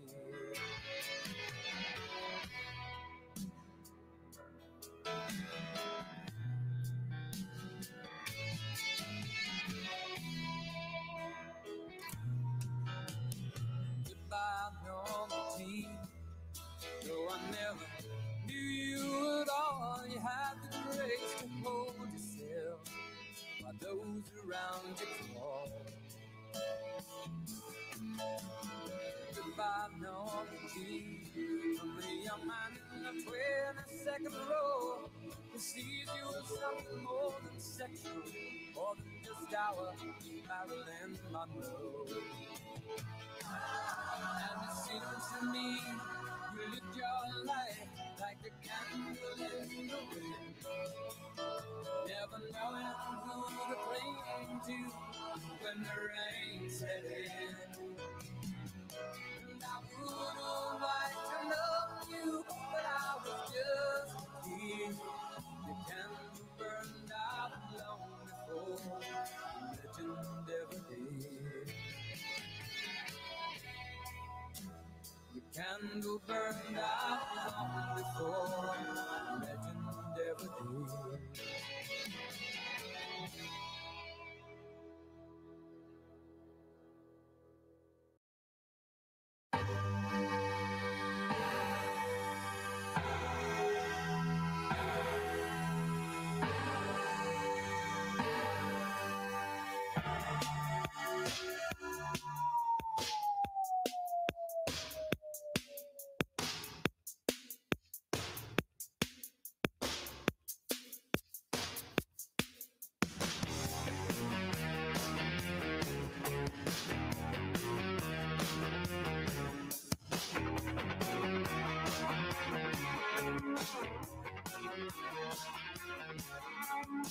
They told him, don't you ever come around here.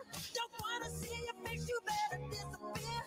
The fire's in their eyes and their words are really clear. So beat it, just beat it. You better run, you better do what you can. Don't wanna see no blood, don't be a macho man. You wanna be tough, better do what you can. So beat it, but you wanna be bad, just beat it. Beat it, beat it, no one wants to beat it, beat it. Sure, I'm funny, wrong is just right. It doesn't matter who's wrong or right. Just beat it, just beat it, just beat it, just beat it. Ooh. They're out to get you, better leave while you can. Don't wanna be a boy, you wanna be a man. You wanna stay alive, better do what you can. So beat it, just beat it. You have to show them that you're really not scared. You're playing with your life, this ain't no truth or dare. They'll kick you, then they beat you, then they'll tell you it's fair. So beat it, but you wanna be bad, just beat it. Beat it, beat it, don't beat it, beat it. Show how to fucking strong is just right. It doesn't matter who's wrong or right. Just beat it, beat it, beat it. No one wants to beat it, beat it. Show how to fucking strong is just right. It doesn't matter who's wrong or right. Just beat it, beat it, beat it, beat it, beat it, beat it.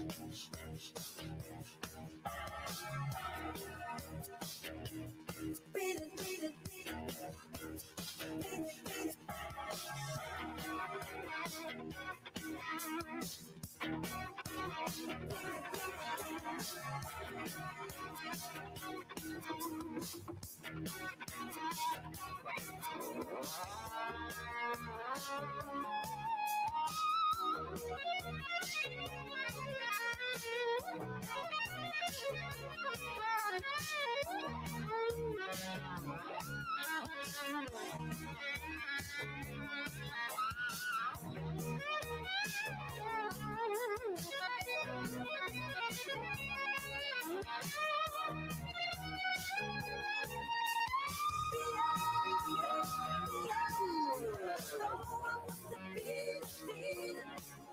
Show how funny, strong is just right. It doesn't matter who's wrong, who's right. No one wants to be Lord. Show how funny, strong is just right. It doesn't matter who's wrong, right. Just beat it. No one wants to be Lord. Show how funny, strong is just right.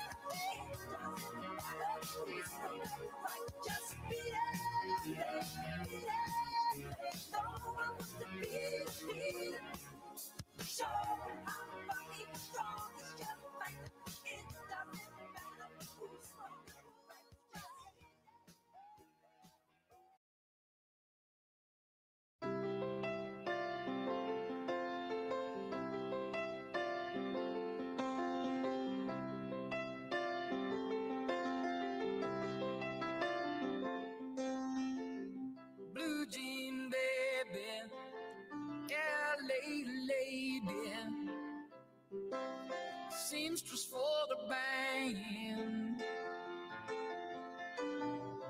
pretty-eyed pirate smile. You marry a music man, ballerina. You must have seen her dancing in the sand.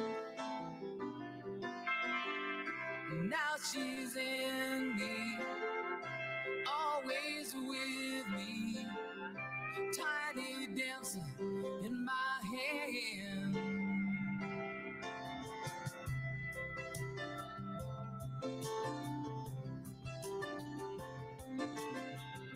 Jesus freaks out in the street, handing tickets out for gone. Turning back, she just laughs. The boulevard is not that bad.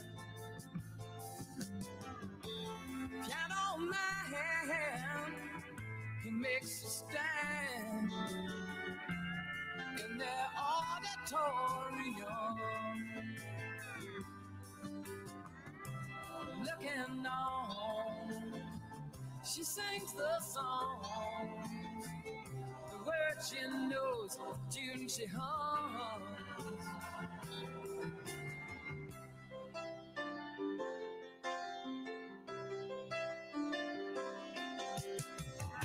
But oh, how it feels so real, lying here with no one near, only you. And you can't hear me when I say it softly, slowly. Hold me closer, tiny dancer. Count the headlights on the highway. Lay me down in the sheets of linen. You had a busy day today. Hold me closer, tiny dancer. Count the headlights on the highway. Lay me down in the sheets of linen. You had a busy day today.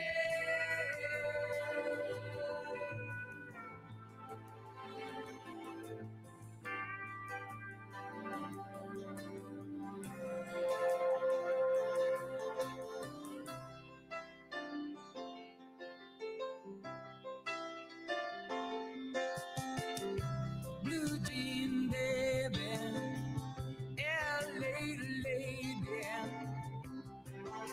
seamstress for the band, pretty-eyed pirate smile. You marry a music man, ballerina. You must have seen her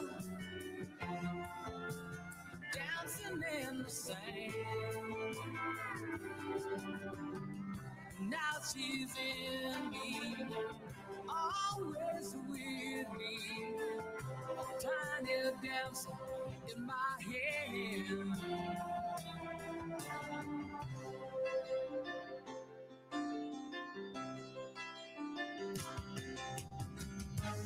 Oh, how it feels so real, lying here with no one near, only you.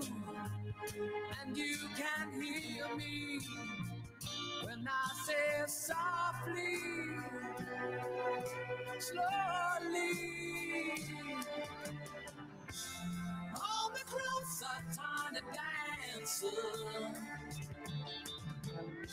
Count the headlights on the highway. Lay me down in the sheets of linen.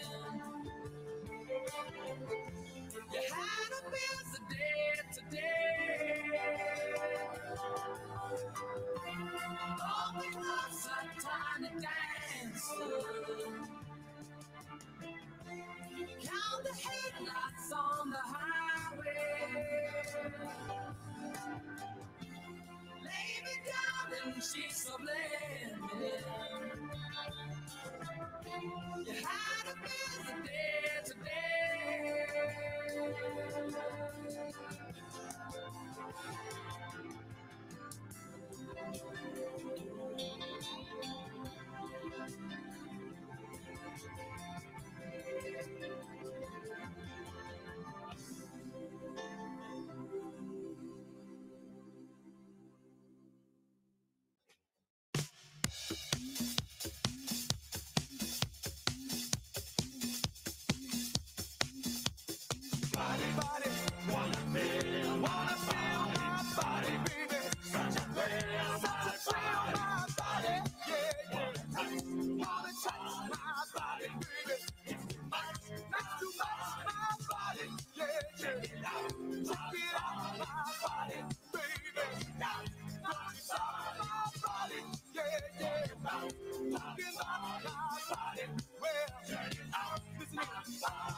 Every man wants to be a macho, macho man. You have the kind of body, always in demand.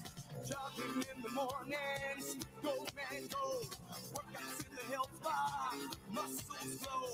You can best believe that he's a macho man. Ready to be down with anyone he can. Hey, hey, hey, hey, hey. Macho, macho, macho man, yeah. I've got to be a macho. I've got to be a macho, macho man, yeah. I've got to be a macho. Oh, macho, macho man, yeah. I've got to be a macho man. Macho, macho man, hey, hey. I've got to be a macho.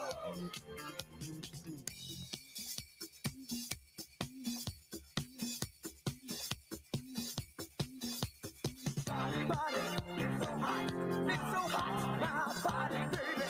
Love the body, my body, yeah, yeah. Please, love to please my body, baby. Don't you tease my body, yeah. You adore my body, baby. Come explore my body, yeah, yeah.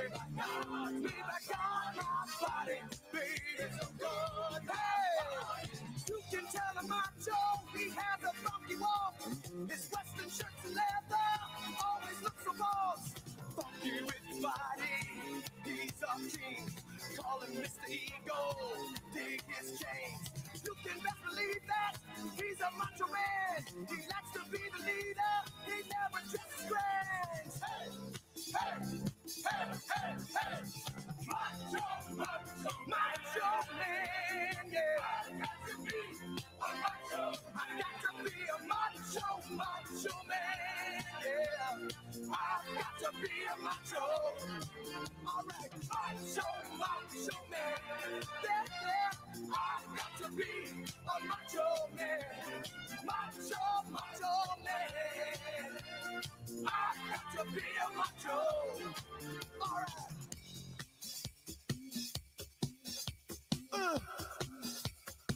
Macho, baby. Body, body, body. Oh, that body wanna feel my body. Wanna feel my body, baby. Body. All right. Body wanna feel my body. Wanna feel my body. Hey, yeah. Body. All right. Body love to funk my body. Love to funk my body. Hey, yeah. Body. Ooh. Body is so hot. So hot.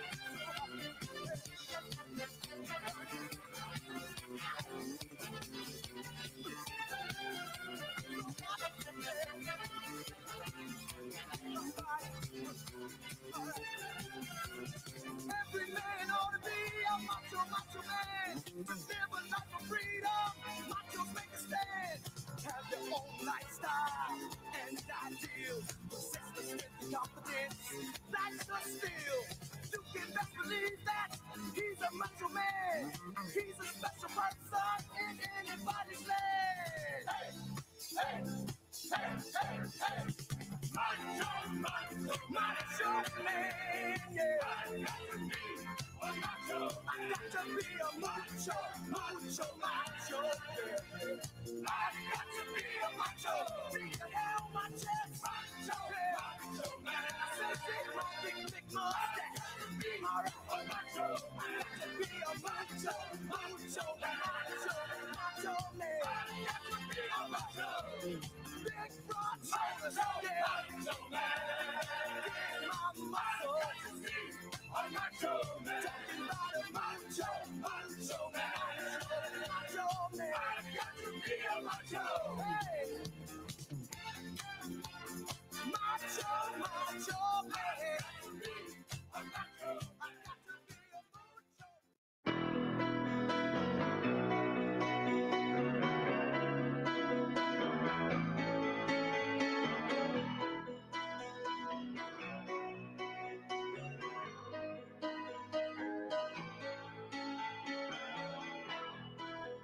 Just a small town girl living in a lonely world. She took the midnight train going anywhere. Just a city boy, born and raised in South Detroit. He took the midnight train going anywhere.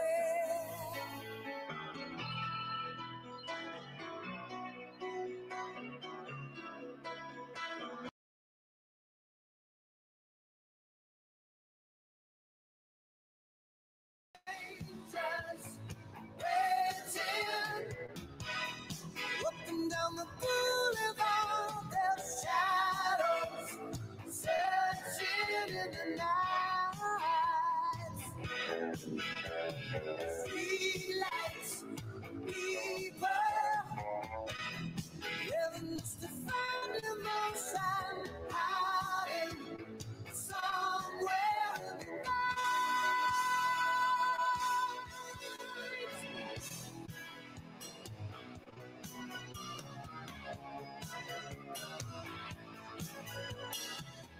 Working hard to get my fill. Everybody to thrill. Paying anything to roll the dice. Just one more time. Some win, some will lose. Some are born to sing the blues. Oh, the movie never ends. It goes on and on and on and on. Strangers waiting up and down the boulevard. There's shadows searching in the night. Streetlights, people, living just to find emotion, hiding somewhere in the night.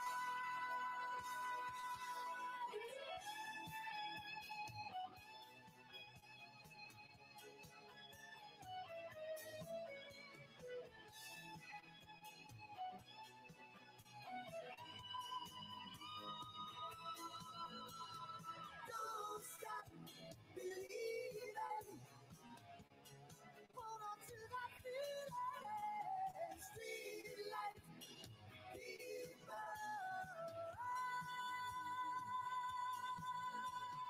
Don't stop believing. Hold on. Streetlight people. Don't stop believing. Hold on to that feeling. Streetlight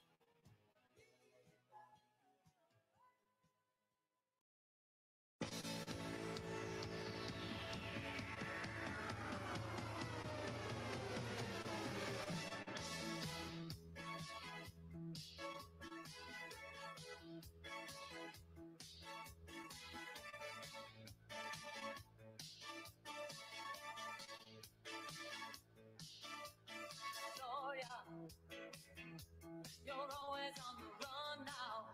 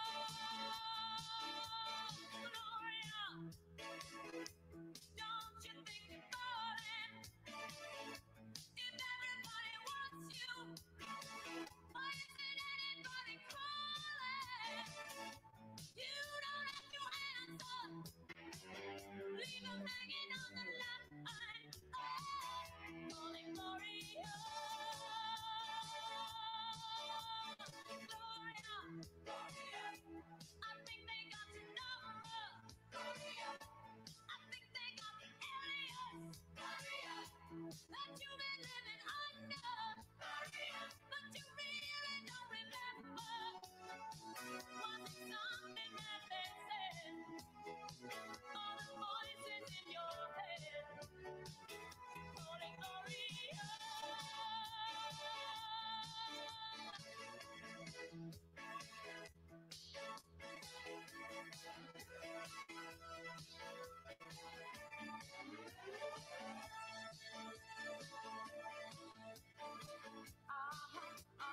Gloria.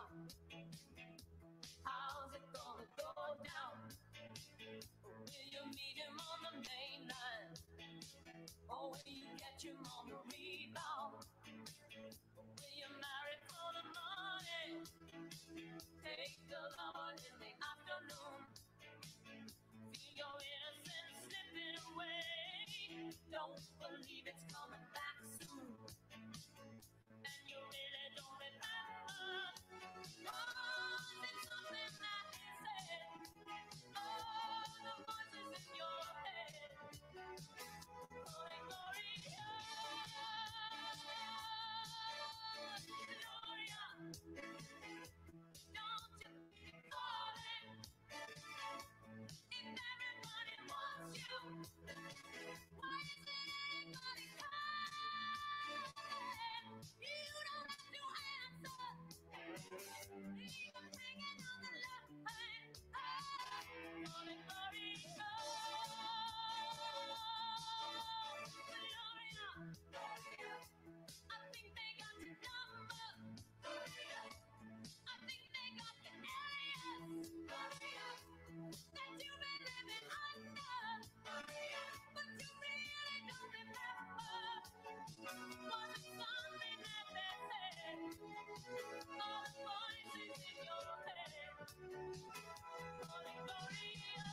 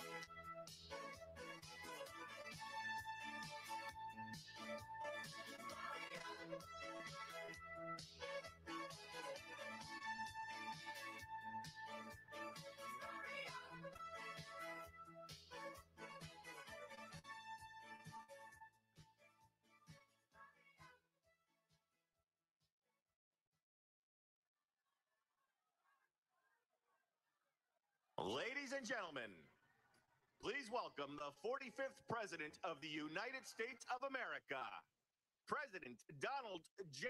Trump. And I'm proud to be an American, where at least I know I'm free. And I won't forget the men who died, who gave that right to me. And I gladly stand up next to you and defend her still today.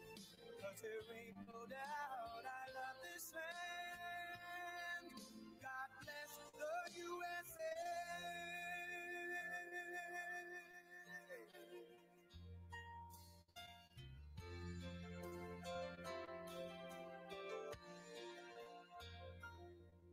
From the lakes of Minnesota to the hills of Tennessee, across the plains of Texas, from sea to shining sea, from Detroit down to Houston, and New York to LA, where there's pride in every American heart, and it's time we stand and say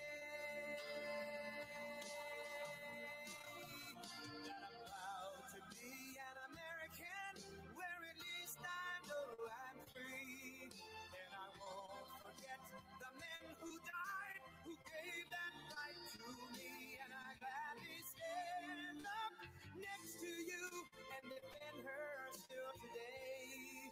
'Cause there ain't no doubt I love this land. God bless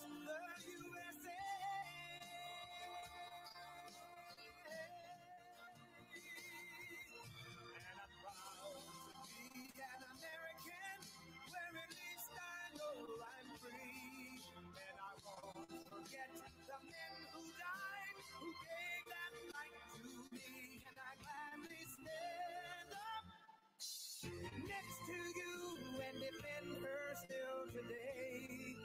'Cause there ain't no doubt I love this land. God bless the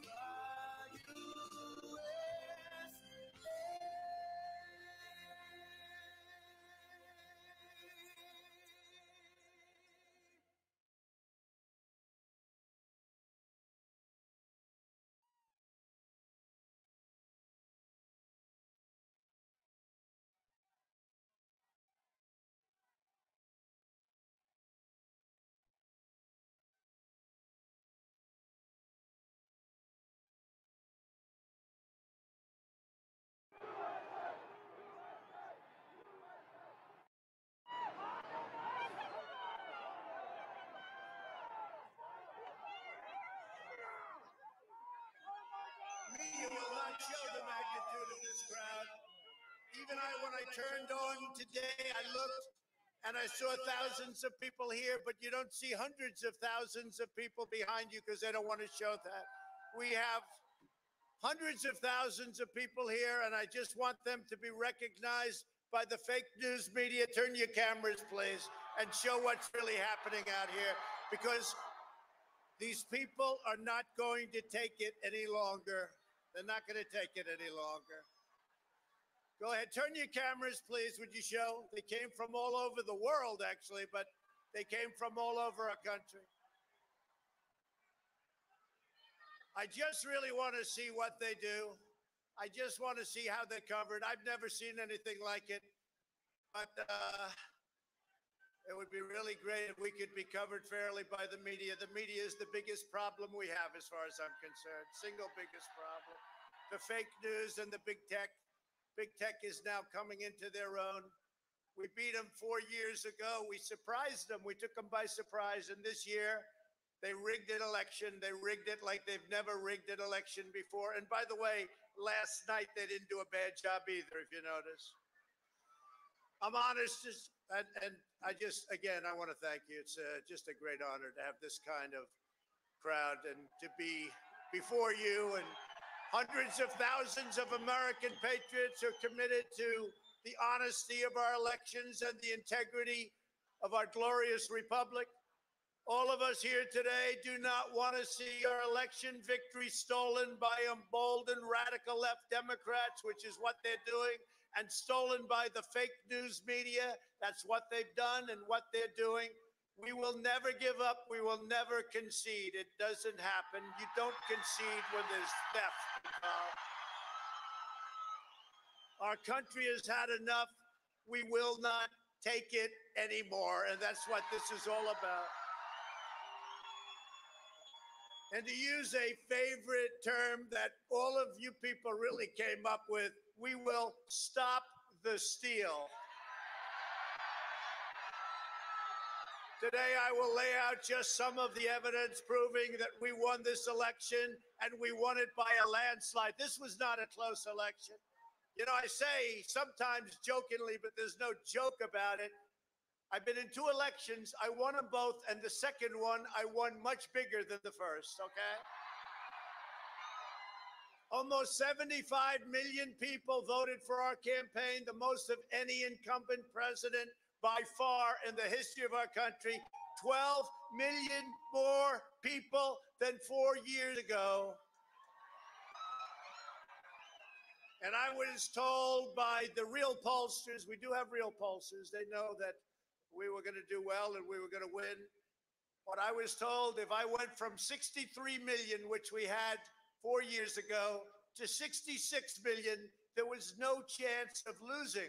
Well, we didn't go to 66. We went to 75 million, and they say we lost. We didn't lose. And by the way, does anybody believe that Joe had 80 million votes? Does anybody believe that? He had 80 million computer votes. It's a disgrace. There's never been anything like that. You could take third world countries. Just take a look. Take third world countries. Their elections are more honest than what we've been going through in this country. It's a disgrace. It's a disgrace. Even when you look at last night, they're all running around like chickens with their heads cut off with boxes and Nobody knows what the hell is going on. There's never been anything like this. We will not let them silence your voices. We're not going to let it happen. Not going to let it happen.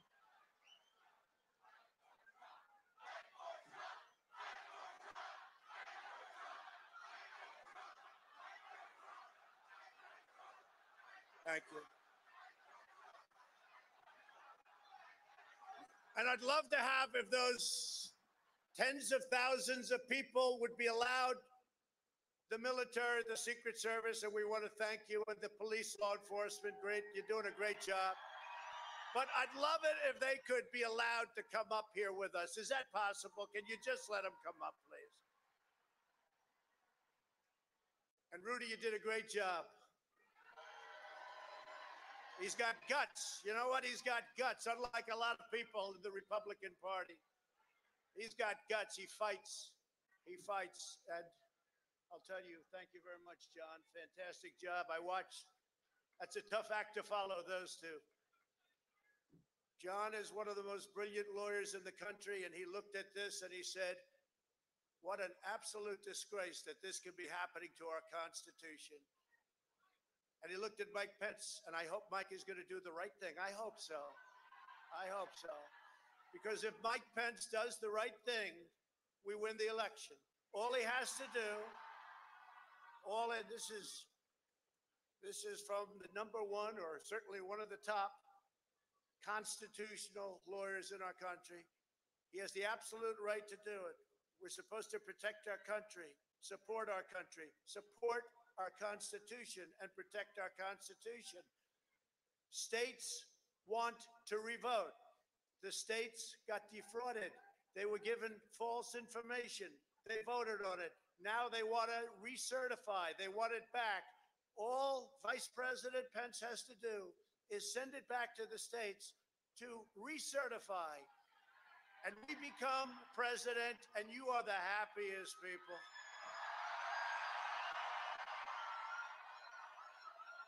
And I just spoke to Mike. I said, Mike, that doesn't take courage. What takes courage is to do nothing. That takes courage.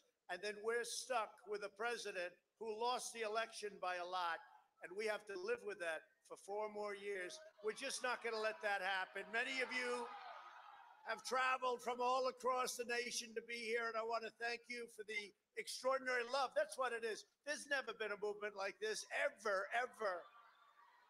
For the extraordinary love for this amazing country and this amazing movement. Thank you.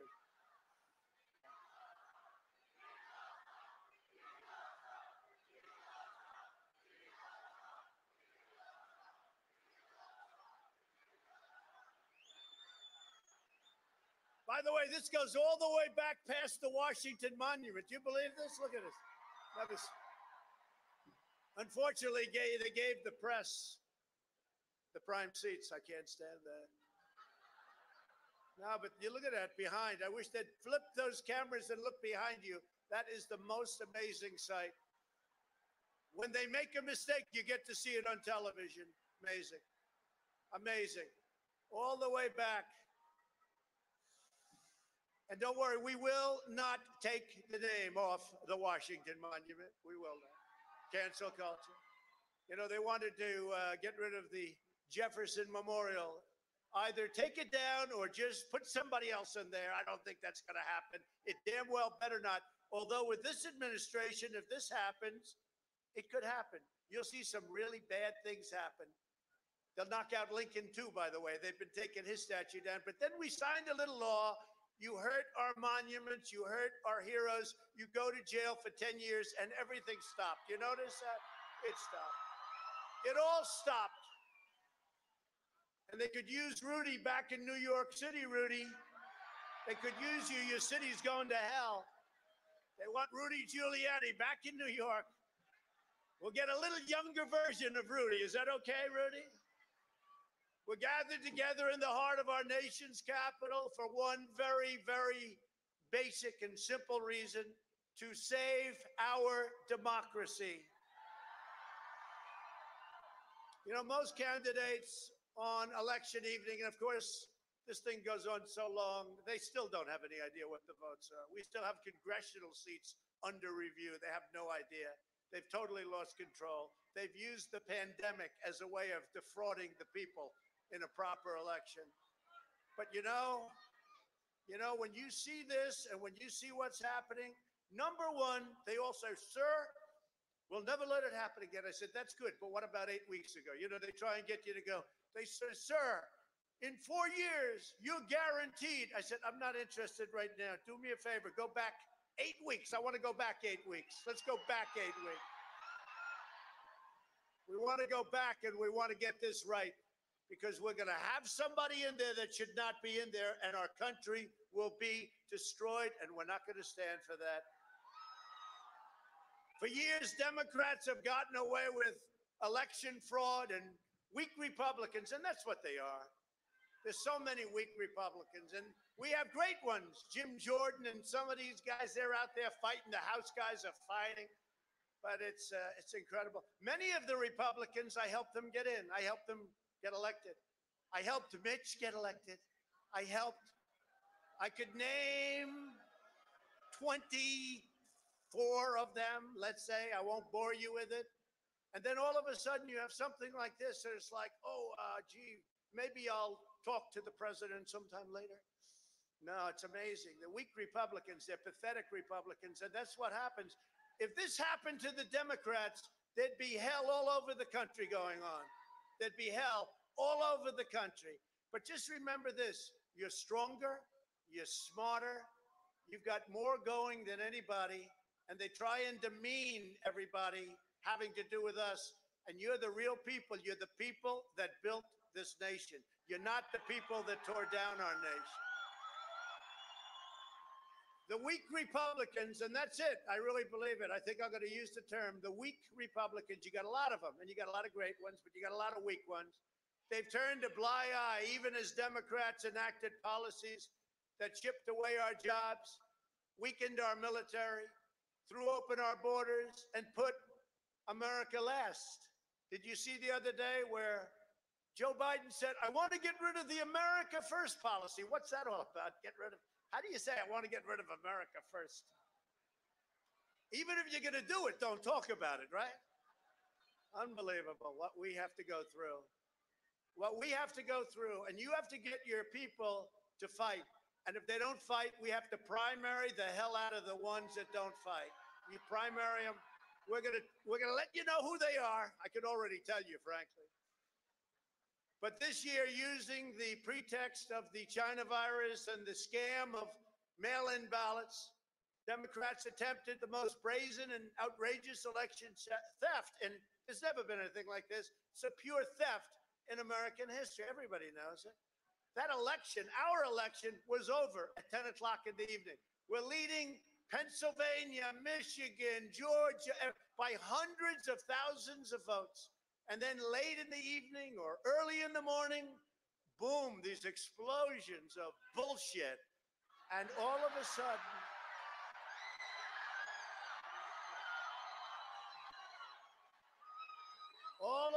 it started to happen.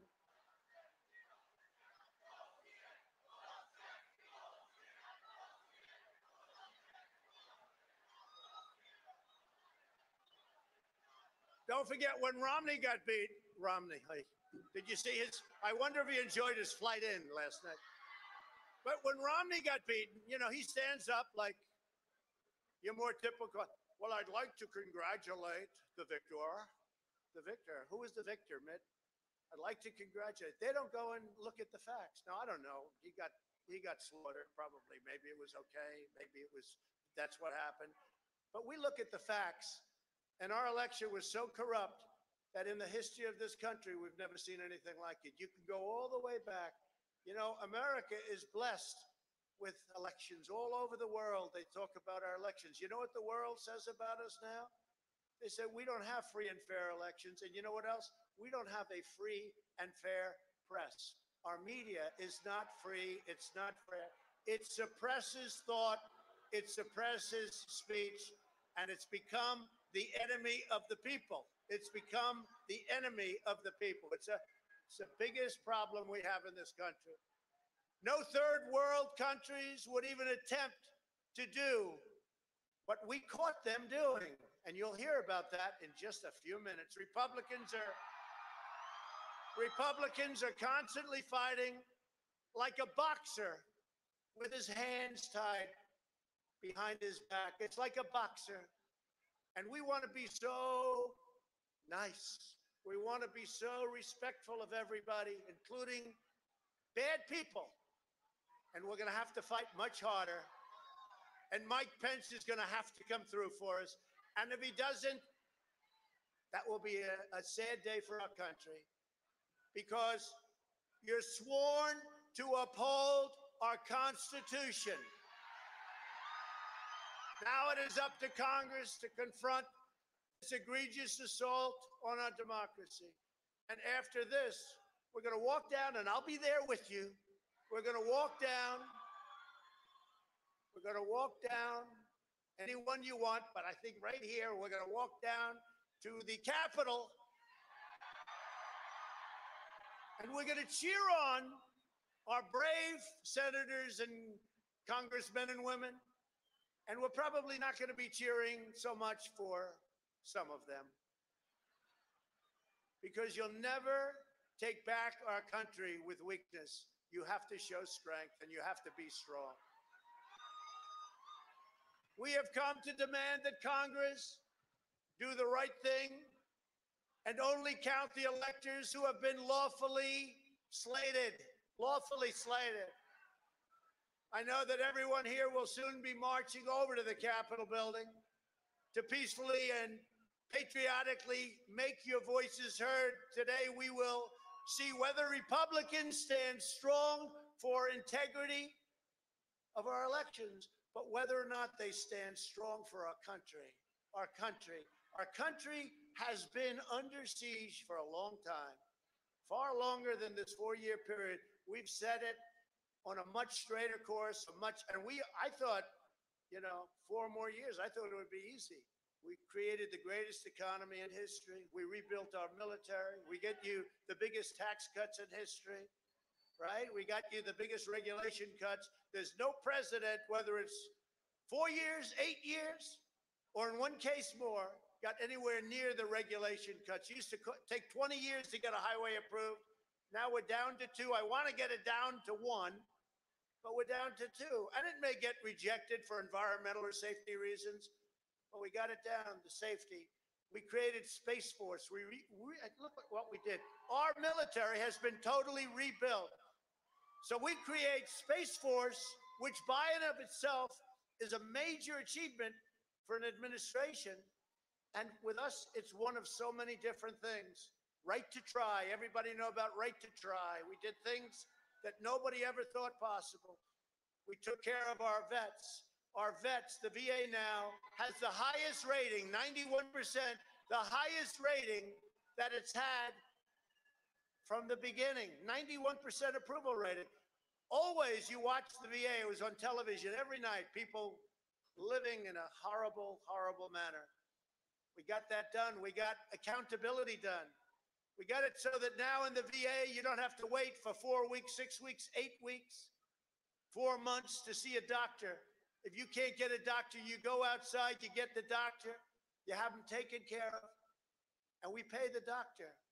And we've not only made life wonderful for so many people, we've saved tremendous amounts of money, far secondarily, but we've saved a lot of money. And now we have the right to fire bad people in the VA. We had 9,000 people that treated our veterans horribly. In prime time, they would not have treated our veterans badly, but they treated our veterans horribly. And we have what's called the VA Accountability Act. And the accountability says, if we see somebody in there that doesn't treat our vets well, or they steal, they rob, they do things badly, we say, Joe, you're fired. Get out of here. Before, you couldn't do that. You couldn't do that before. So we've taken care of things. We've done things like nobody's ever thought possible. And that's part of the reason that many people don't like us, because we've done too much. But we've done it quickly, and we were going to sit home and watch a big victory, and everybody had us down for a victory. It was going to be great. And now we're out here fighting. I said to somebody I was going to take a few days and relax after our big electoral victory. 10 o'clock, it was over. But I was going to take a few days. And I can say this. Since our election, I believe, which was such a catastrophe when I watched, and even these guys knew what happened. They know what happened. They're saying, wow, Pennsylvania is insurmountable. Wow, Wisconsin. Look at the big leads we had, right? Even though the press said we're going to lose Wisconsin by 17 points. Even though the press said Ohio's going to be close, we set a record. Florida's going to be close, we set a record. Texas is going to be close. Texas is going to be close. We set a record. And we set a record with Hispanic, with the black community. We set a record with everybody.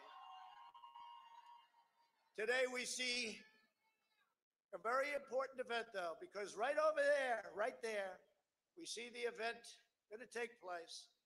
And I'm going to be watching because history is going to be made.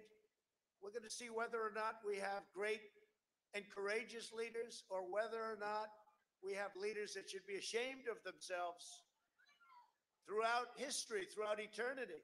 They'll be ashamed. And you know what? If they do the wrong thing, we should never, ever forget that they did. Never forget. We should never, ever forget. With only 3 of the 7 states in question, we win the presidency of the United States. And by the way, it's much more important today than it was 24 hours ago. Because, I spoke to David Perdue, what a great person, and Kelly Loeffler, 2 great people, but it was a setup. And you know, I said, we have no backline anymore. The only backline, the only line of demarcation, the only line that we have is the veto of the President of the United States. So this is now what we're doing, a far more important election than it was 2 days ago. I want to thank the more than 140 members of the House. Those are warriors. They're over there working like you've never seen before, studying, talking, actually going all the way back, studying the roots of the Constitution, because they know we have the right to send a bad vote that was illegally gotten. They gave these people bad things to vote for, and they voted because what did they know? And then when they found out a few weeks later, again, it took them 4 years to devise this screen. And the only unhappy person in the United States, single most unhappy, is Hillary Clinton, because she said, why didn't you do this for me 4 years ago? Why didn't you do this for me 4 years ago? Change the votes, 10,000 in Michigan. You could have changed the whole thing, but she's not too happy. You don't see her anymore. What happened? Where's Hillary? Where is she? But I want to thank all of those congressmen and women. I also want to thank our 13 most courageous members of the U.S. Senate, Senator Ted Cruz, Senator Ron Johnson, Senator Josh Hawley, Kelly Loeffler. And Kelly Loeffler, I'll tell you, she's been so great. She worked so hard. So let's give her and David a little special hand because it was rigged against them. Let's give her and David, Kelly Loeffler, David Perdue. They fought a good race. They never had a shot. That equipment should never have been allowed to be used. And I was telling these people, don't let them use this stuff. Marcia Blackburn, terrific person. Mike Braun, Indiana. Steve Daines, great guy. Bill Hagerty, John Kennedy, James Langford, Cynthia Lummis, Tommy Tuberville, the coach, and Roger Marshall. We want to thank them. Senators that stepped up, we want to thank them. I actually think, though, it takes, again, more courage not to step up. And I think a lot of those people are going to find that out. And you better start looking at your leadership because your leadership has led you down the tubes. You know, we don't want to give $2,000 to people. We want to give them $600. Oh, great. How does that play politically? Pretty good. And this has nothing to do with politics. But how does it play politically? China destroyed these people. We didn't destroy them. China destroyed them. Totally destroyed them. We want to give them $600 and they just wouldn't change. I said, give them $2,000. We'll pay it back. We'll pay it back fast. You already owe 26 trillion. Give them a couple of bucks. Let them live. Give them a couple of bucks. And some of the people here disagree with me on that, but I just say, look, you got to let people live. And how does that play, though? Okay, number one, it's the right thing to do. But how does that play politically? I think it's the primary reason, one of the primary reasons. The other was just pure cheating. That was the primary, super primary reason. But you can't do that. You got to use your head. As you know, the media has constantly asserted the outrageous lie that there was no evidence of widespread fraud. Do you ever see these people? While there is no evidence of fraud, oh, really? Well, I'm going to read you pages. I hope you don't get bored listening to it. Promise? Don't get bored listening to it. All those hundreds of thousands of people back there. Move them up, please. Yeah. All these people, don't get bored. Don't get angry at me because you're going to get bored because it's so much. The American people do not believe the corrupt fake news anymore. They have ruined their reputation. But, you know, it used to be that they'd argue with me. I'd fight. So I'd fight, they'd fight, I'd fight, they'd fight. Bump up. You'd believe me. You'd believe them. Somebody comes out, you know, they had their point of view. I had my point of view. But you'd have an argument. Now what they do is they go silent. It's called suppression. And that's what happens in a communist country. That's what they do. They suppress. You don't fight with them anymore unless it's a bad story. If they have a little bad story about me, they make it 10 times worse and it's a major headline. But Hunter Biden, they don't talk about him. What happened to Hunter? Where's Hunter? Where's Hunter? They don't talk about him. Now watch, all the sets will go off. Well, they can't do that because they get good ratings. The ratings are too good. Now, where's Hunter? You know, and how come Joe was allowed to give $1 billion of money to get rid of the prosecutor in Ukraine? How does that happen? I'd ask you that question. How does that happen? Can you imagine if I said that? If I said that, it would be a whole different ballgame. And how come Hunter gets $3.5 million from the mayor of Moscow's wife and gets hundreds of thousands of dollars to sit on an energy board, even though he admits he has no knowledge of energy, and millions of dollars up front?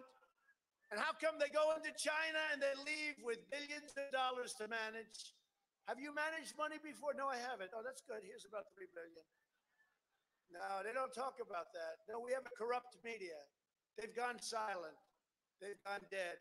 I now realize how good it was. If you go back 10 years, I realize how good, even though I didn't necessarily love him, I realized how good. It was like a cleansing motion, right? But we don't have that anymore. We don't have a fair media anymore. It's suppression. And you have to be very careful with that. And they've lost all credibility in this country. We will not be intimidated into accepting the hoaxes and the lies that we've been forced to believe. Over the past several weeks, we've amassed overwhelming evidence about a fake election. This is the presidential election. Last night was a little bit better because of the fact that we had a lot of eyes watching one specific state, but they cheated like hell anyway. You have one of the dumbest governors in the United States. And you know, when I endorsed him, I didn't know this guy. At the request of David Perdue, he said, a friend of mine's running for governor. What's his name? And you know the rest. He was in 4th place, 5th place. I don't know. He was doing poorly. I endorsed him. He went like a rocket ship and he won. And then I had to beat Stacey Abrams with this guy, Brian Kemp. I had to beat Stacey Abrams. And I had to beat Oprah. Used to be a friend of mine. You know, I was on her last show, or last week. She picked the 5 outstanding people. I don't think she thinks that anymore. Once I ran for president, I didn't notice there were too many calls coming in from Oprah. Believe it or not, she used to like me, but I was one of the 5 outstanding people. And I had a campaign against Michelle Obama and Barack Hussein Obama against Stacey. And I had Brian Kemp. He weighs 130 pounds. He said he played offensive line in football. I'm trying to figure that out. I'm still trying to figure that out. Said that the other night. I was an offensive lineman. I'm saying, really? That must have been a very small team. But I look at that and I look at what's happened, and he turned out to be a disaster. This stuff happens. You know, look, I'm not happy with the Supreme Court. They love to rule against me. I picked 3 people. I fought like hell for them. One in particular, I fought. They all said, sir, cut him loose. He's killing us. Senators, you know, very loyal senators. They're very loyal people. Sir, cut him loose. He's killing us, sir. Cut him loose, sir. I must have gotten half of the senators. I said, no, I can't do that. It's unfair to him and it's unfair to the family. He didn't do anything wrong. They're made up stories. They were all made up stories. He didn't do anything wrong. Cut him loose, sir. I said, no, I won't do that. We got him through. And you know what? They couldn't give a damn. They couldn't give a damn. Let him rule the right way. But it almost seems that they're all going out of their way to hurt all of us and to hurt our country.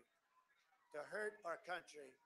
You know, I read a story in one of the newspapers recently, how I control the 3 Supreme Court justices. I control them. They're puppets. I read it about Bill Barr, that he's my personal attorney, that he'll do anything for me. And I said, you know, it really is genius, because what they do is that, and it makes it really impossible for them to ever give you a victory, because all of a sudden Bill Barr changed, if you hadn't noticed. I like Bill Barr, but he changed because he didn't want to be considered my personal attorney. And the Supreme Court, they rule against me so much. You know why? Because the story is, I haven't spoken to any of them, since virtually they got in. But the story is that they're my puppet, right? That they're puppets. And now the only way they can get out of that, because they hate that, it's not good on the social circuit, and the only way they get out is to rule against Trump. So let's rule against Trump. And they do that, so I want to congratulate them. But it shows you the media's genius. In fact, probably if I was the media, I'd do it the same way. I hate to say it.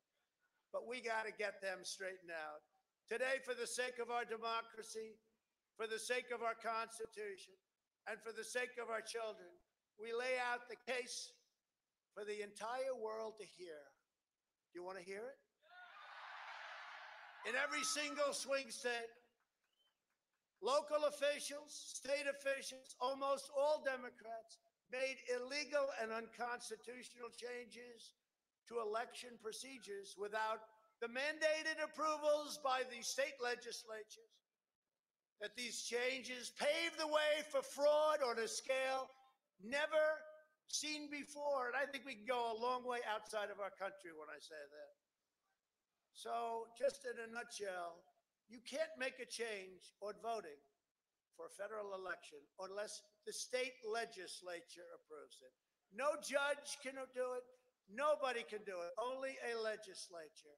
So as an example, in Pennsylvania or whatever, you have a Republican legislature, you have a Democrat mayor, and you have a lot of Democrats all over the place. They go to the legislature laughs at them, says, we're not going to do that. They say, thank you very much. Then they go and make the changes themselves. They do it anyway. And that's totally illegal. That's totally illegal. You can't do that. In Pennsylvania, the Democrat Secretary of State and the Democrat state Supreme Court justices illegally abolished the signature verification requirements just 11 days prior to the election. So think of what they did. No longer is there signature verification. Oh, that's okay. We want voter ID, by the way. But no longer is there signature verification. 11 days before the election, they say, we don't want it. You know why they don't want it? Because they want to cheat. That's the only reason. Who would even think of that? We don't want to verify a signature? There were over 205,000 more ballots counted in Pennsylvania. Now think of this. You had 205,000 more ballots than you had voters. That means you had 200. Where did they come from? You know where they came from? Somebody's imagination, whatever they needed. So in Pennsylvania, you had 205,000 more votes than you had voters. And the number's actually much greater than that now. That was as of a week ago. And this is a mathematical impossibility unless you want to say it's a total fraud. So Pennsylvania was defrauded. Over 8,000 ballots in Pennsylvania were cast by people whose names and dates of birth match individuals who died in 2020 and prior to the election. Think of that. Dead people. Lots of dead people, thousands. And some dead people actually requested an application. That bothers me even more. Not only are they voting, they want an application to vote. One of them was 29 years ago died. It's incredible. Over 14,000 ballots were cast by out-of-state voters. So these are voters that don't live in the state. And by the way, these numbers are what they call outcome determinative, meaning these numbers far surpass. I lost by a very little bit. These numbers are massive, massive. More than 10,000 votes in Pennsylvania were illegally counted, even though they were received after Election Day. In other words, they were received after Election Day. Let's count them anyway. And what they did in many cases is they did fraud. They took the date and they moved it back so that it no longer is after Election Day. And more than 60,000 ballots in Pennsylvania were reported received back. They got back before they were ever supposedly mailed out. In other words, you got the ballot back before you mailed it, which is also logically and logistically impossible. Right? Think of that one. You got the ballot back. Let's send the ballots. Oh, they've already been sent. But we got the ballot back before they were sent. I don't think that's too good, right?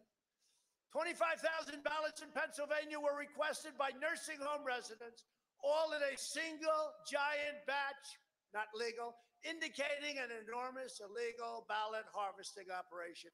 You're not allowed to do it. It's against the law. The day before the election, the state of Pennsylvania reported the number of absentee ballots that had been sent out. Yet this number was suddenly and drastically increased by 400,000 people. It was increased, nobody knows where it came from, by 400,000 ballots one day after the election. It remains totally unexplained. They said, well, we can't figure that. Now, that's many, many times what it would take to overthrow the state, just that one element. 400,000 ballots appeared from nowhere right after the election. By the way, Pennsylvania has now seen all of this. They didn't know because it was so quick. They had to vote, they voted. But now they see all this stuff. It's all come to light. It doesn't happen that fast. And they want to recertify their votes. They want to recertify. But the only way that can happen is if Mike Pence agrees to send it back. Mike Pence has to agree to send it back.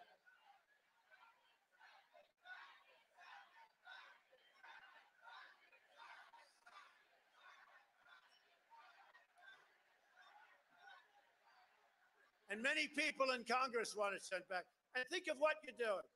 Let's say you don't do it. Somebody says, well, we have to obey the Constitution. And you are, because you're protecting our country and you're protecting the Constitution. So you are.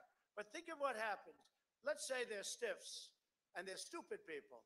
And they say, well, we really have no choice. Even though Pennsylvania and other states want to redo their votes, they want to see the numbers. They already have the numbers. Go very quickly. And they want to redo their legislature.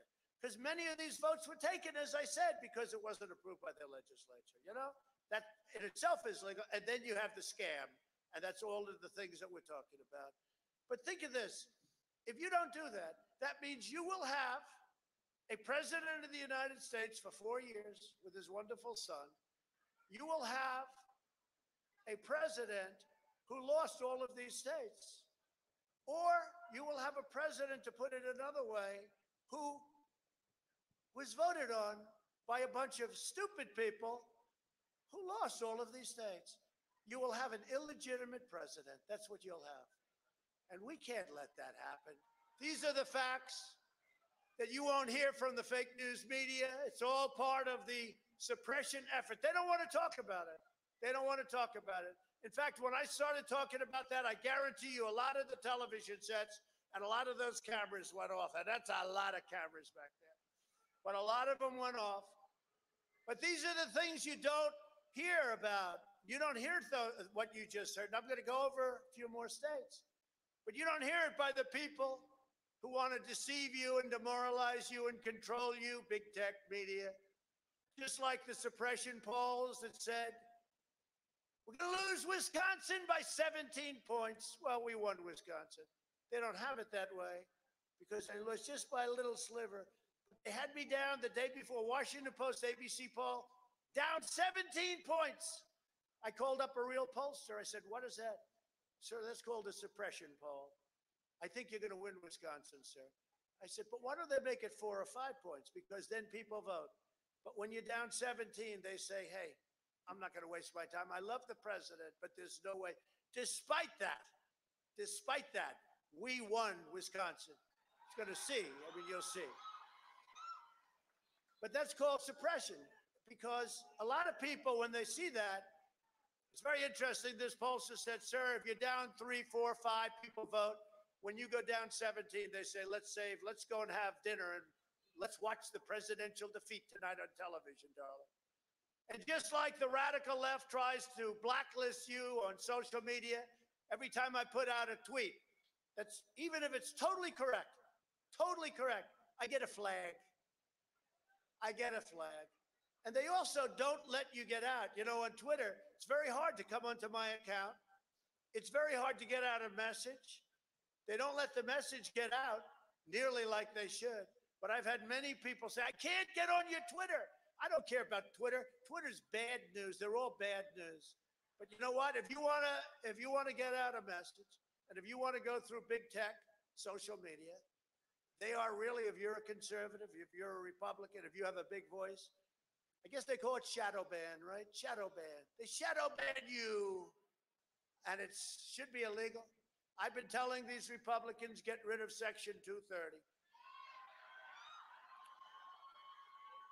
And for some reason, Mitch and the group, they don't want to put it in there. And they don't realize that that's going to be the end of the Republican Party as we know it, but it's never going to be the end of us. Never. Let them get out. Let the weak ones get out. This is a time for strength. They also want to indoctrinate your children in school by teaching them things that aren't so. They want to indoctrinate your children. It's all part of a comprehensive assault on our democracy, and the American people are finally standing up and saying, no, this crowd is, again, testament to it. I did no advertising. I did nothing. You do have some groups that are big supporters. I want to thank that, Amy and everybody. We have some incredible supporters, incredible. But we didn't do anything. This just happened. 2 months ago, we had a massive crowd come down to Washington. I said, what are they there for? Sir, they're there for you. We have nothing to do with it. These groups they're forming all over the United States. And we got to remember, in a year from now, you're going to start working on Congress. And we got to get rid of the weak Congress people, the ones that aren't any good, the Liz Cheneys of the world. We got to get rid of them. We got to get rid. You know, she never wants a soldier brought home. I brought a lot of our soldiers home. I don't know, somewhat like it. They're in countries that nobody even knows the name. Nobody knows where they are. They're dying. They're great, but they're dying. They're losing their arms, their legs, their face. I brought them back home, largely back home, Afghanistan, Iraq. Remember I used to say in the old days, don't go in Iraq, but if you go in, keep the oil. We didn't keep the oil. So stupid, these people. And Iraq has billions and billions of dollars now in the bank. And what did we do? We get nothing. We never get. But we do, actually. We kept the oil here. We did good. We got rid of the ISIS caliphate. We got rid of plenty of different things that everybody knows. And the rebuilding of our military in 3 years, people said it couldn't be done. And it was all made in the USA. All made in the USA. Best equipment in the world. In Wisconsin. Corrupt Democrat-run cities deployed more than 500 illegal, unmanned, unsecured drop boxes, which collected a minimum of 91,000 unlawful votes. It was razor thin, the loss. This one thing alone is much more than we would need. But there are many things. They have these lock boxes, and you know, they'd pick them up and they'd disappear for 2 days. People would say, where's that box? They'd disappear. Nobody even knew where the hell it was. In addition, over 170,000 absentee votes were counted in Wisconsin without a valid absentee ballot application. So they had a vote, but they had no application. And that's illegal in Wisconsin, meaning those votes were blatantly done in opposition to state law, and they came 100% from Democrat areas such as Milwaukee and Madison, 100%. In Madison, 17,000 votes were deposited in so-called human drop boxes. You know what that is, right? Where operatives stuffed thousands of unsecured ballots into duffel bags on park benches across the city in complete defiance of cease and desist letters from state legislature. Your state legislature said, don't do it. They're the only ones that can approve it. They gave tens of thousands of votes. They came in duffel bags. Where the hell did they come from? According to eyewitness testimony, Postal Service workers in Wisconsin were also instructed to illegally backdate approximately 100,000 ballots. The margin of difference in Wisconsin was less than 20,000 votes. Each one of these things alone wins us the state. Great state. We love the state. We won the state. In Georgia, your Secretary of State, who I can't believe this guy's a Republican. He loves recording telephone conversations. You know, that was I thought it was a great conversation personally. So did a lot of us. People love that conversation because it says what's going on. These people are crooked. They're 100%, in my opinion, one of the most corrupt. Between your governor and your Secretary of State, and now you have it again last night. Just take a look at what happened. What a mess. And the Democrat Party operatives entered into an illegal and unconstitutional settlement agreement that drastically weakened signature verification and other election security procedures. Stacey Abrams, she took them to lunch, and I beat her 2 years ago with a bad candidate, Brian Kemp. But they took, the Democrats took the Republicans to lunch because the Secretary of State had no clue what the hell was happening, unless he did have a clue. That's interesting. Maybe he was with the other side. But we've been trying to get verifications of signatures in Fulton County. They won't let us do it. The only reason they won't is because we'll find things in the hundreds of thousands. Why wouldn't they let us verify signatures in Fulton County, which is known for being very corrupt? They won't do it. They go to some other county where you would live. I said, that's not the problem. The problem is Fulton County, home of Stacey Abrams. She did a good job. I congratulate her, but it was done in such a way that we can't let this stuff happen. We won't have a country if it happens. As a result, Georgia's absentee ballot rejection rate was more than 10 times lower than previous levels because the criteria was so off. 48 counties in Georgia with thousands and thousands of votes rejected 0 ballots. There wasn't one ballot.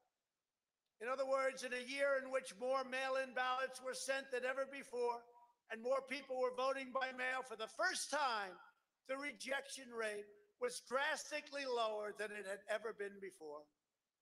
The only way this can be explained is if tens of thousands of illegitimate votes were added to the tally. That's the only way you can explain it. By the way, you're talking about tens of thousands.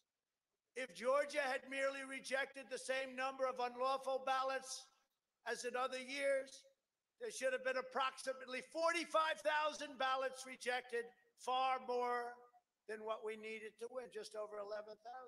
They should find those votes. They should absolutely find that. Just over 11,000 votes, that's all we need.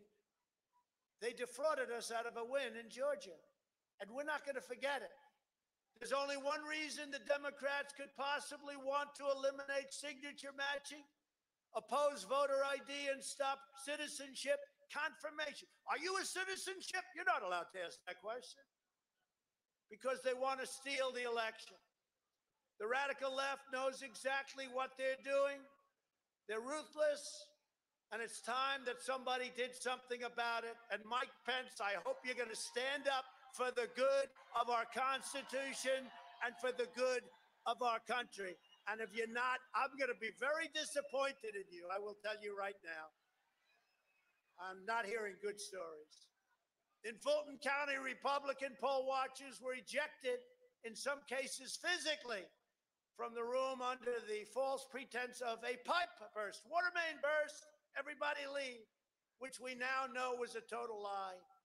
Then election officials pulled boxes, Democrats, and suitcases of ballots out from under a table. You all saw it on television, totally fraudulent, and illegally scanned them for nearly 2 hours, totally unsupervised. Tens of thousands of votes. This act coincided with a mysterious vote dump of up to 100,000 votes for Joe Biden, almost none for Trump. Oh, that sounds fair. That was at 1:34 a.m. The Georgia Secretary of State and pathetic governor of Georgia have reached, although he says I'm a great president, you know, I sort of maybe have to change. He said the other day, yes, I disagree with President, but he's been a great president. Oh, good, thanks. Thank you very much. Because of him and others. Yeah, Brian Kemp, vote him the hell out of office, please. Well, his rates are so low. You know, his approval rating now, I think it just reached a record low. They've rejected 5 separate appeals for an independent and comprehensive audit of signatures in Fulton County. Even without an audit, the number of fraudulent ballots that we've identified across the state is staggering. Over 10,300 ballots in Georgia were cast by individuals whose names and dates of birth match Georgia residents who died in 2020 and prior to the election. More than 2,500 ballots were cast by individuals whose names and dates of birth match incarcerated felons in Georgia prison, people who are not allowed to vote. More than 4,500 illegal ballots were cast by individuals who do not appear on the state's own voter rolls. Over 18,000 illegal ballots were cast by individuals who registered to vote using an address listed as vacant, according to the Postal Service. At least 88,000 ballots in Georgia were cast by people whose registrations were illegally backdated. 66,000 votes. Each one of these is far more than we need. 66,000 votes in Georgia were cast by individuals under the legal voting age. And at least 15,000 ballots were cast by individuals who moved out of the state prior to November 3rd election. They say they moved right back. They moved right back. Oh, they moved out, they moved right back. Okay. They miss Georgia that much. I do. I love Georgia. But it's a corrupt system. Despite all of this, the margin in Georgia is only 11,779 votes. Each and every one of these issues is enough to give us a victory in Georgia, a big, beautiful victory. Make no mistake, this election was stolen from you, from me, and from the country. And not a single swing state has conducted a comprehensive audit to remove the illegal ballots. This should absolutely occur in every single contested state before the election is certified. In the state of Arizona, over 36,000 ballots were illegally cast by non-citizens. 2,000 ballots were returned with no address. More than 22,000 ballots were returned before they were ever supposedly mailed out. They returned, but we haven't mailed them yet. 11,600 more ballots and votes were counted, more than there were actual voters. You see that? So you have more votes, again, than you have voters. 150,000 people registered in Maricopa County after the registration deadline. 103,000 ballots in the county were sent for electronic adjudication with no Republican observers. In Clark County, Nevada, the accuracy settings on signature verification machines were purposely lowered before they were used to count over 130,000 ballots. If you signed your name as Santa Claus, it would go through. There were also more than 42,000 double votes in Nevada. Over 150,000 people were hurt so badly by what took place, and 1,500 ballots were cast by individuals whose names and dates of birth match Nevada residents who died in 2020 prior to November 3rd election. More than 8,000 votes were cast by individuals who had no address and probably didn't live there. The margin in Nevada is down at a very low number. Any of these things would have taken care of the situation. We would have won Nevada also. Every one of these we're going over, we win. In Michigan, quickly, the Secretary of State, a real great one, flooded the state with unsolicited mail-in ballot applications sent to every person on the rolls in direct violation of state law. More than 17,000 Michigan ballots were cast by individuals whose names and dates of birth match people who were deceased. In Wayne County, that's a great one. That's Detroit. 174,000 ballots were counted without being tied to an actual registered voter. Nobody knows where they came from. Also in Wayne County, poll watchers observed canvassers rescanning batches of ballots over and over again, up to 3 or 4 or 5 times. In Detroit, turnout was 139% of registered voters. Think of that. So you had 139% of the people in Detroit voting. This is in Michigan, Detroit, Michigan. A career employee of the City of Detroit testified under penalty of perjury that she witnessed city workers coaching voters to vote straight Democrat while accompanying them to watch who they voted for. When a Republican came in, they wouldn't talk to him.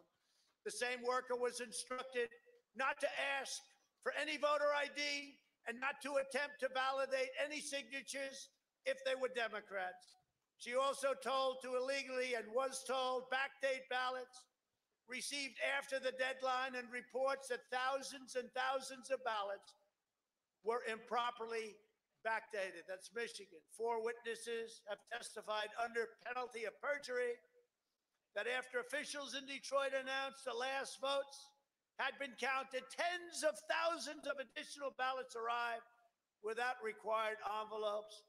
Every single one was for a Democrat. I got no votes. At 6:31 a.m. in the early morning hours after voting had ended, Michigan suddenly reported 147,000 votes. An astounding 94% went to Joe Biden, who campaigned brilliantly from his basement. Only a couple of percentage points went to Trump. Such gigantic and one-sided vote dumps were only observed in a few swing states, and they were observed in the states where it was necessary. You know what's interesting? President Obama beat Biden in every state other than the swing states where Biden killed him, but the swing states were the ones that mattered. There were always just enough to push Joe Biden barely into the lead. We were ahead by a lot, and within a number of hours, we were losing by a little. In addition, there is the highly troubling matter of Dominion voting systems. In one Michigan county alone, 6,000 votes were switched from Trump to Biden, and the same systems are used in the majority of states in our country. Senator William Ligon, a great gentleman, chairman of Georgia Senate Judiciary Subcommittee, Senator Ligon, highly respected, on elections, has written a letter describing his concerns with Dominion in Georgia. He wrote, and I quote, "The Dominion voting machines employed in Fulton County had an astronomical and astounding 93.67% error rate." It's only wrong 93% of the time. In the scanning of ballots requiring a review panel to adjudicate or determine the voter's interest. In over 106,000 ballots out of a total of 113,000. Think of it. You go in and you vote, and then they tell people who you're supposed to be voting for. They make up whatever they want. Nobody's ever even heard. They adjudicate your vote. They say, well, we don't think Trump wants to vote for Trump. We think he wants to vote for Biden. Put it down for Biden. The national average for such an error rate is far less than 1%, and yet you're at 93%. The source of this astronomical error rate must be identified to determine if these machines were set up or destroyed to allow for a third party to disregard the actual ballot cast by the registered voter. The letter continues, there is clear evidence that tens of thousands of votes were switched from President Trump to former Vice President Biden in several counties in Georgia. For example, in Bibb County, President Trump was reported to have 29,391 votes at 9:11 p.m. Eastern Time, while simultaneously Vice President Joe Biden was reported to have 17,213. Minutes later, just minutes, at the next update, these vote numbers switched, with President Trump going way down to 17,000 and Biden going way up to 29,391. And that was very quick, a 12,000 vote switch, all in Mr. Biden's favor. So, I mean, I could go on and on about this fraud that took place in every state. And all of these legislatures want this back. I don't want to do it to you because I love you and it's freezing out here. But I could just go on forever. I can tell you this.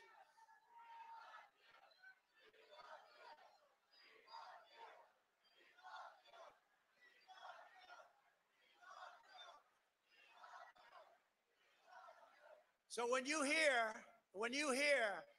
while there is no evidence to prove any wrongdoing, this is the most fraudulent thing anybody said. This is a criminal enterprise. This is a criminal enterprise. And the press will say, and I'm sure they won't put any of that on there because that's no good. And you ever see, while there is no evidence to back President Trump's assertion, I could go on for another hour reading this stuff to you and telling you about it. There's never been anything like it. Think about it. Detroit had more votes than it had voters. Pennsylvania had 205,000 more votes than it had more. But you don't have to go any, between that, I think that's almost better than dead people, if you think, right? More votes than they had voters, and many other states also. It's a disgrace that the United States of America, tens of millions of people are allowed to go vote without so much as even showing identification. In no state is there any question or effort made to verify the identity, citizenship, residency, or eligibility of the votes cast. The Republicans have to get tougher. You're not going to have a Republican Party if you don't get tougher. They want to play so straight. They want to play so, sir, yes, the United States. The Constitution doesn't allow me to send them back to the states. Well, I say, yes, it does, because the Constitution says you have to protect our country and you have to protect our Constitution. And you can't vote on fraud. And fraud breaks up everything, doesn't it? When you catch somebody in a fraud, you're allowed to go by very different rules. So I hope Mike has the courage to do what he has to do. And I hope he doesn't listen to the rhinos and the stupid people that he's listening to. It is also widely understood that the voter rolls are crammed full of non-citizens, felons, and people who have moved out of state, and individuals who are otherwise ineligible to vote. Yet Democrats oppose every effort to clean up their voter rolls. They don't want to clean them up. They're loaded. And how many people here know other people that when the hundreds of thousands and then millions of ballots got sent out, got 3, 4, 5, 6, and I heard one who got 7 ballots. And then they say, you didn't quite make it, sir. We won in a landslide. This was a landslide. They said it's not American to challenge the election. This is the most corrupt election in the history, maybe of the world. You know, you could go third world countries, but I don't think they had hundreds of thousands of votes and they don't have voters for them. I mean, no matter where you go, nobody would think this. In fact, it's so egregious, it's so bad that a lot of people don't even believe it. It's so crazy that people don't even believe it. It can't be true. So they don't believe it. This is not just a matter of domestic politics. This is a matter of national security.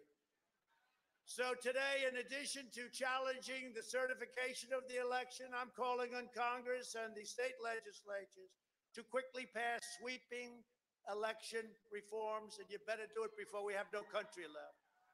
Today is not the end, it's just the beginning.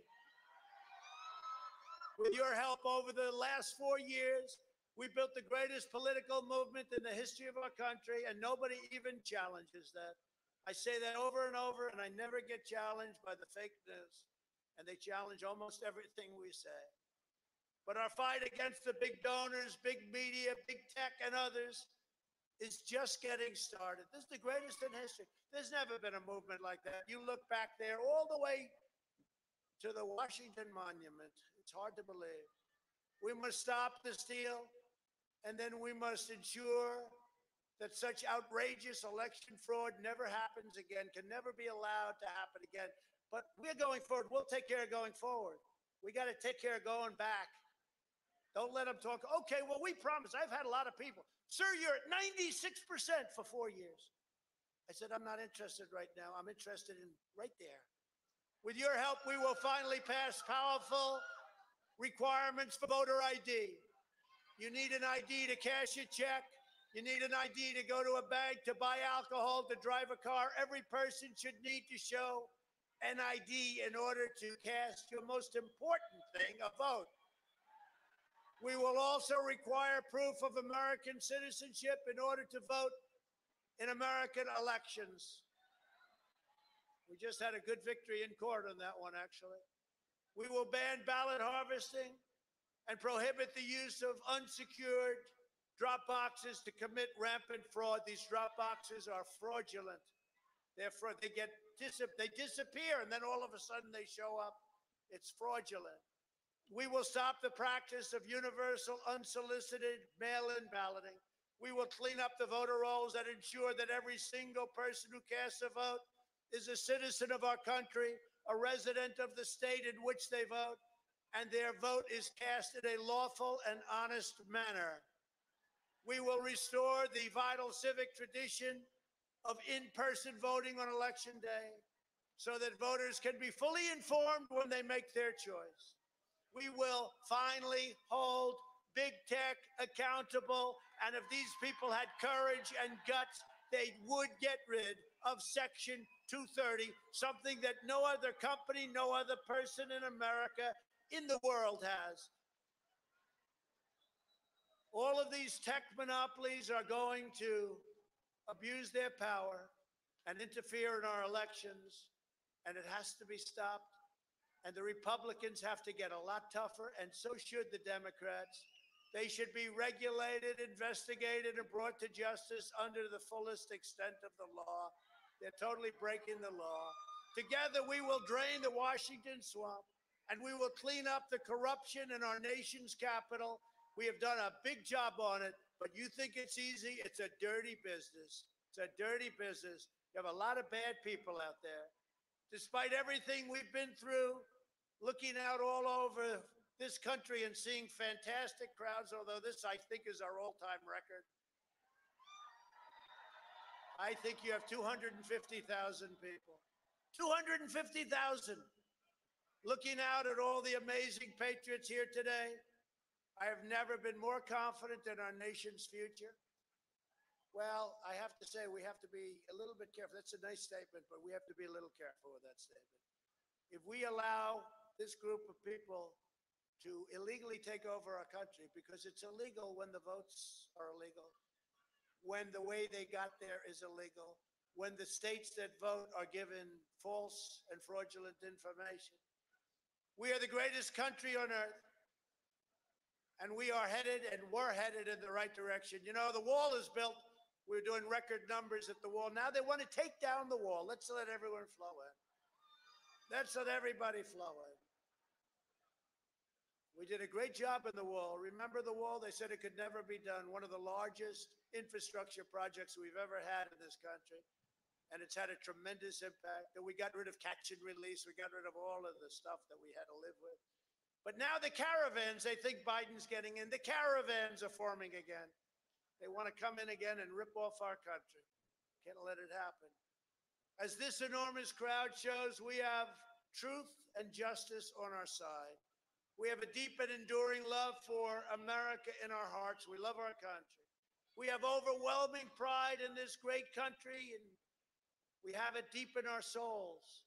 Together, we are determined to defend and preserve government of the people, by the people, and for the people. Our brightest days are before us. Our greatest achievements still wait. I think one of our great achievements will be election security, because nobody until I came along had any idea how corrupt our elections were. And again, most people would stand there at 9 o'clock in the evening and say, I want to thank you very much. And they go off to some other life. But I said, something's wrong here. Something's really wrong. Can't have happened. And we fight. We fight like hell. And if you don't fight like hell, you're not going to have a country anymore. Our exciting adventures and boldest endeavors have not yet begun. My fellow Americans, for our movement, for our children, and for our beloved country. And I say this, despite all that's happened, the best is yet to come. So we're going to walk down Pennsylvania Avenue. I love Pennsylvania Avenue. And we're going to the Capitol, and we're going to try and give. The Democrats are hopeless. They're never voting for anything. Not even one vote. But we're going to try and give our Republicans, the weak ones, because the strong ones don't need any of our help. We're going to try and give them the kind of pride and boldness that they need to take back our country. So let's walk down Pennsylvania Avenue. I want to thank you all. God bless you, and God bless America. Thank you all for being in. This is incredible. Thank you very much. Thank you.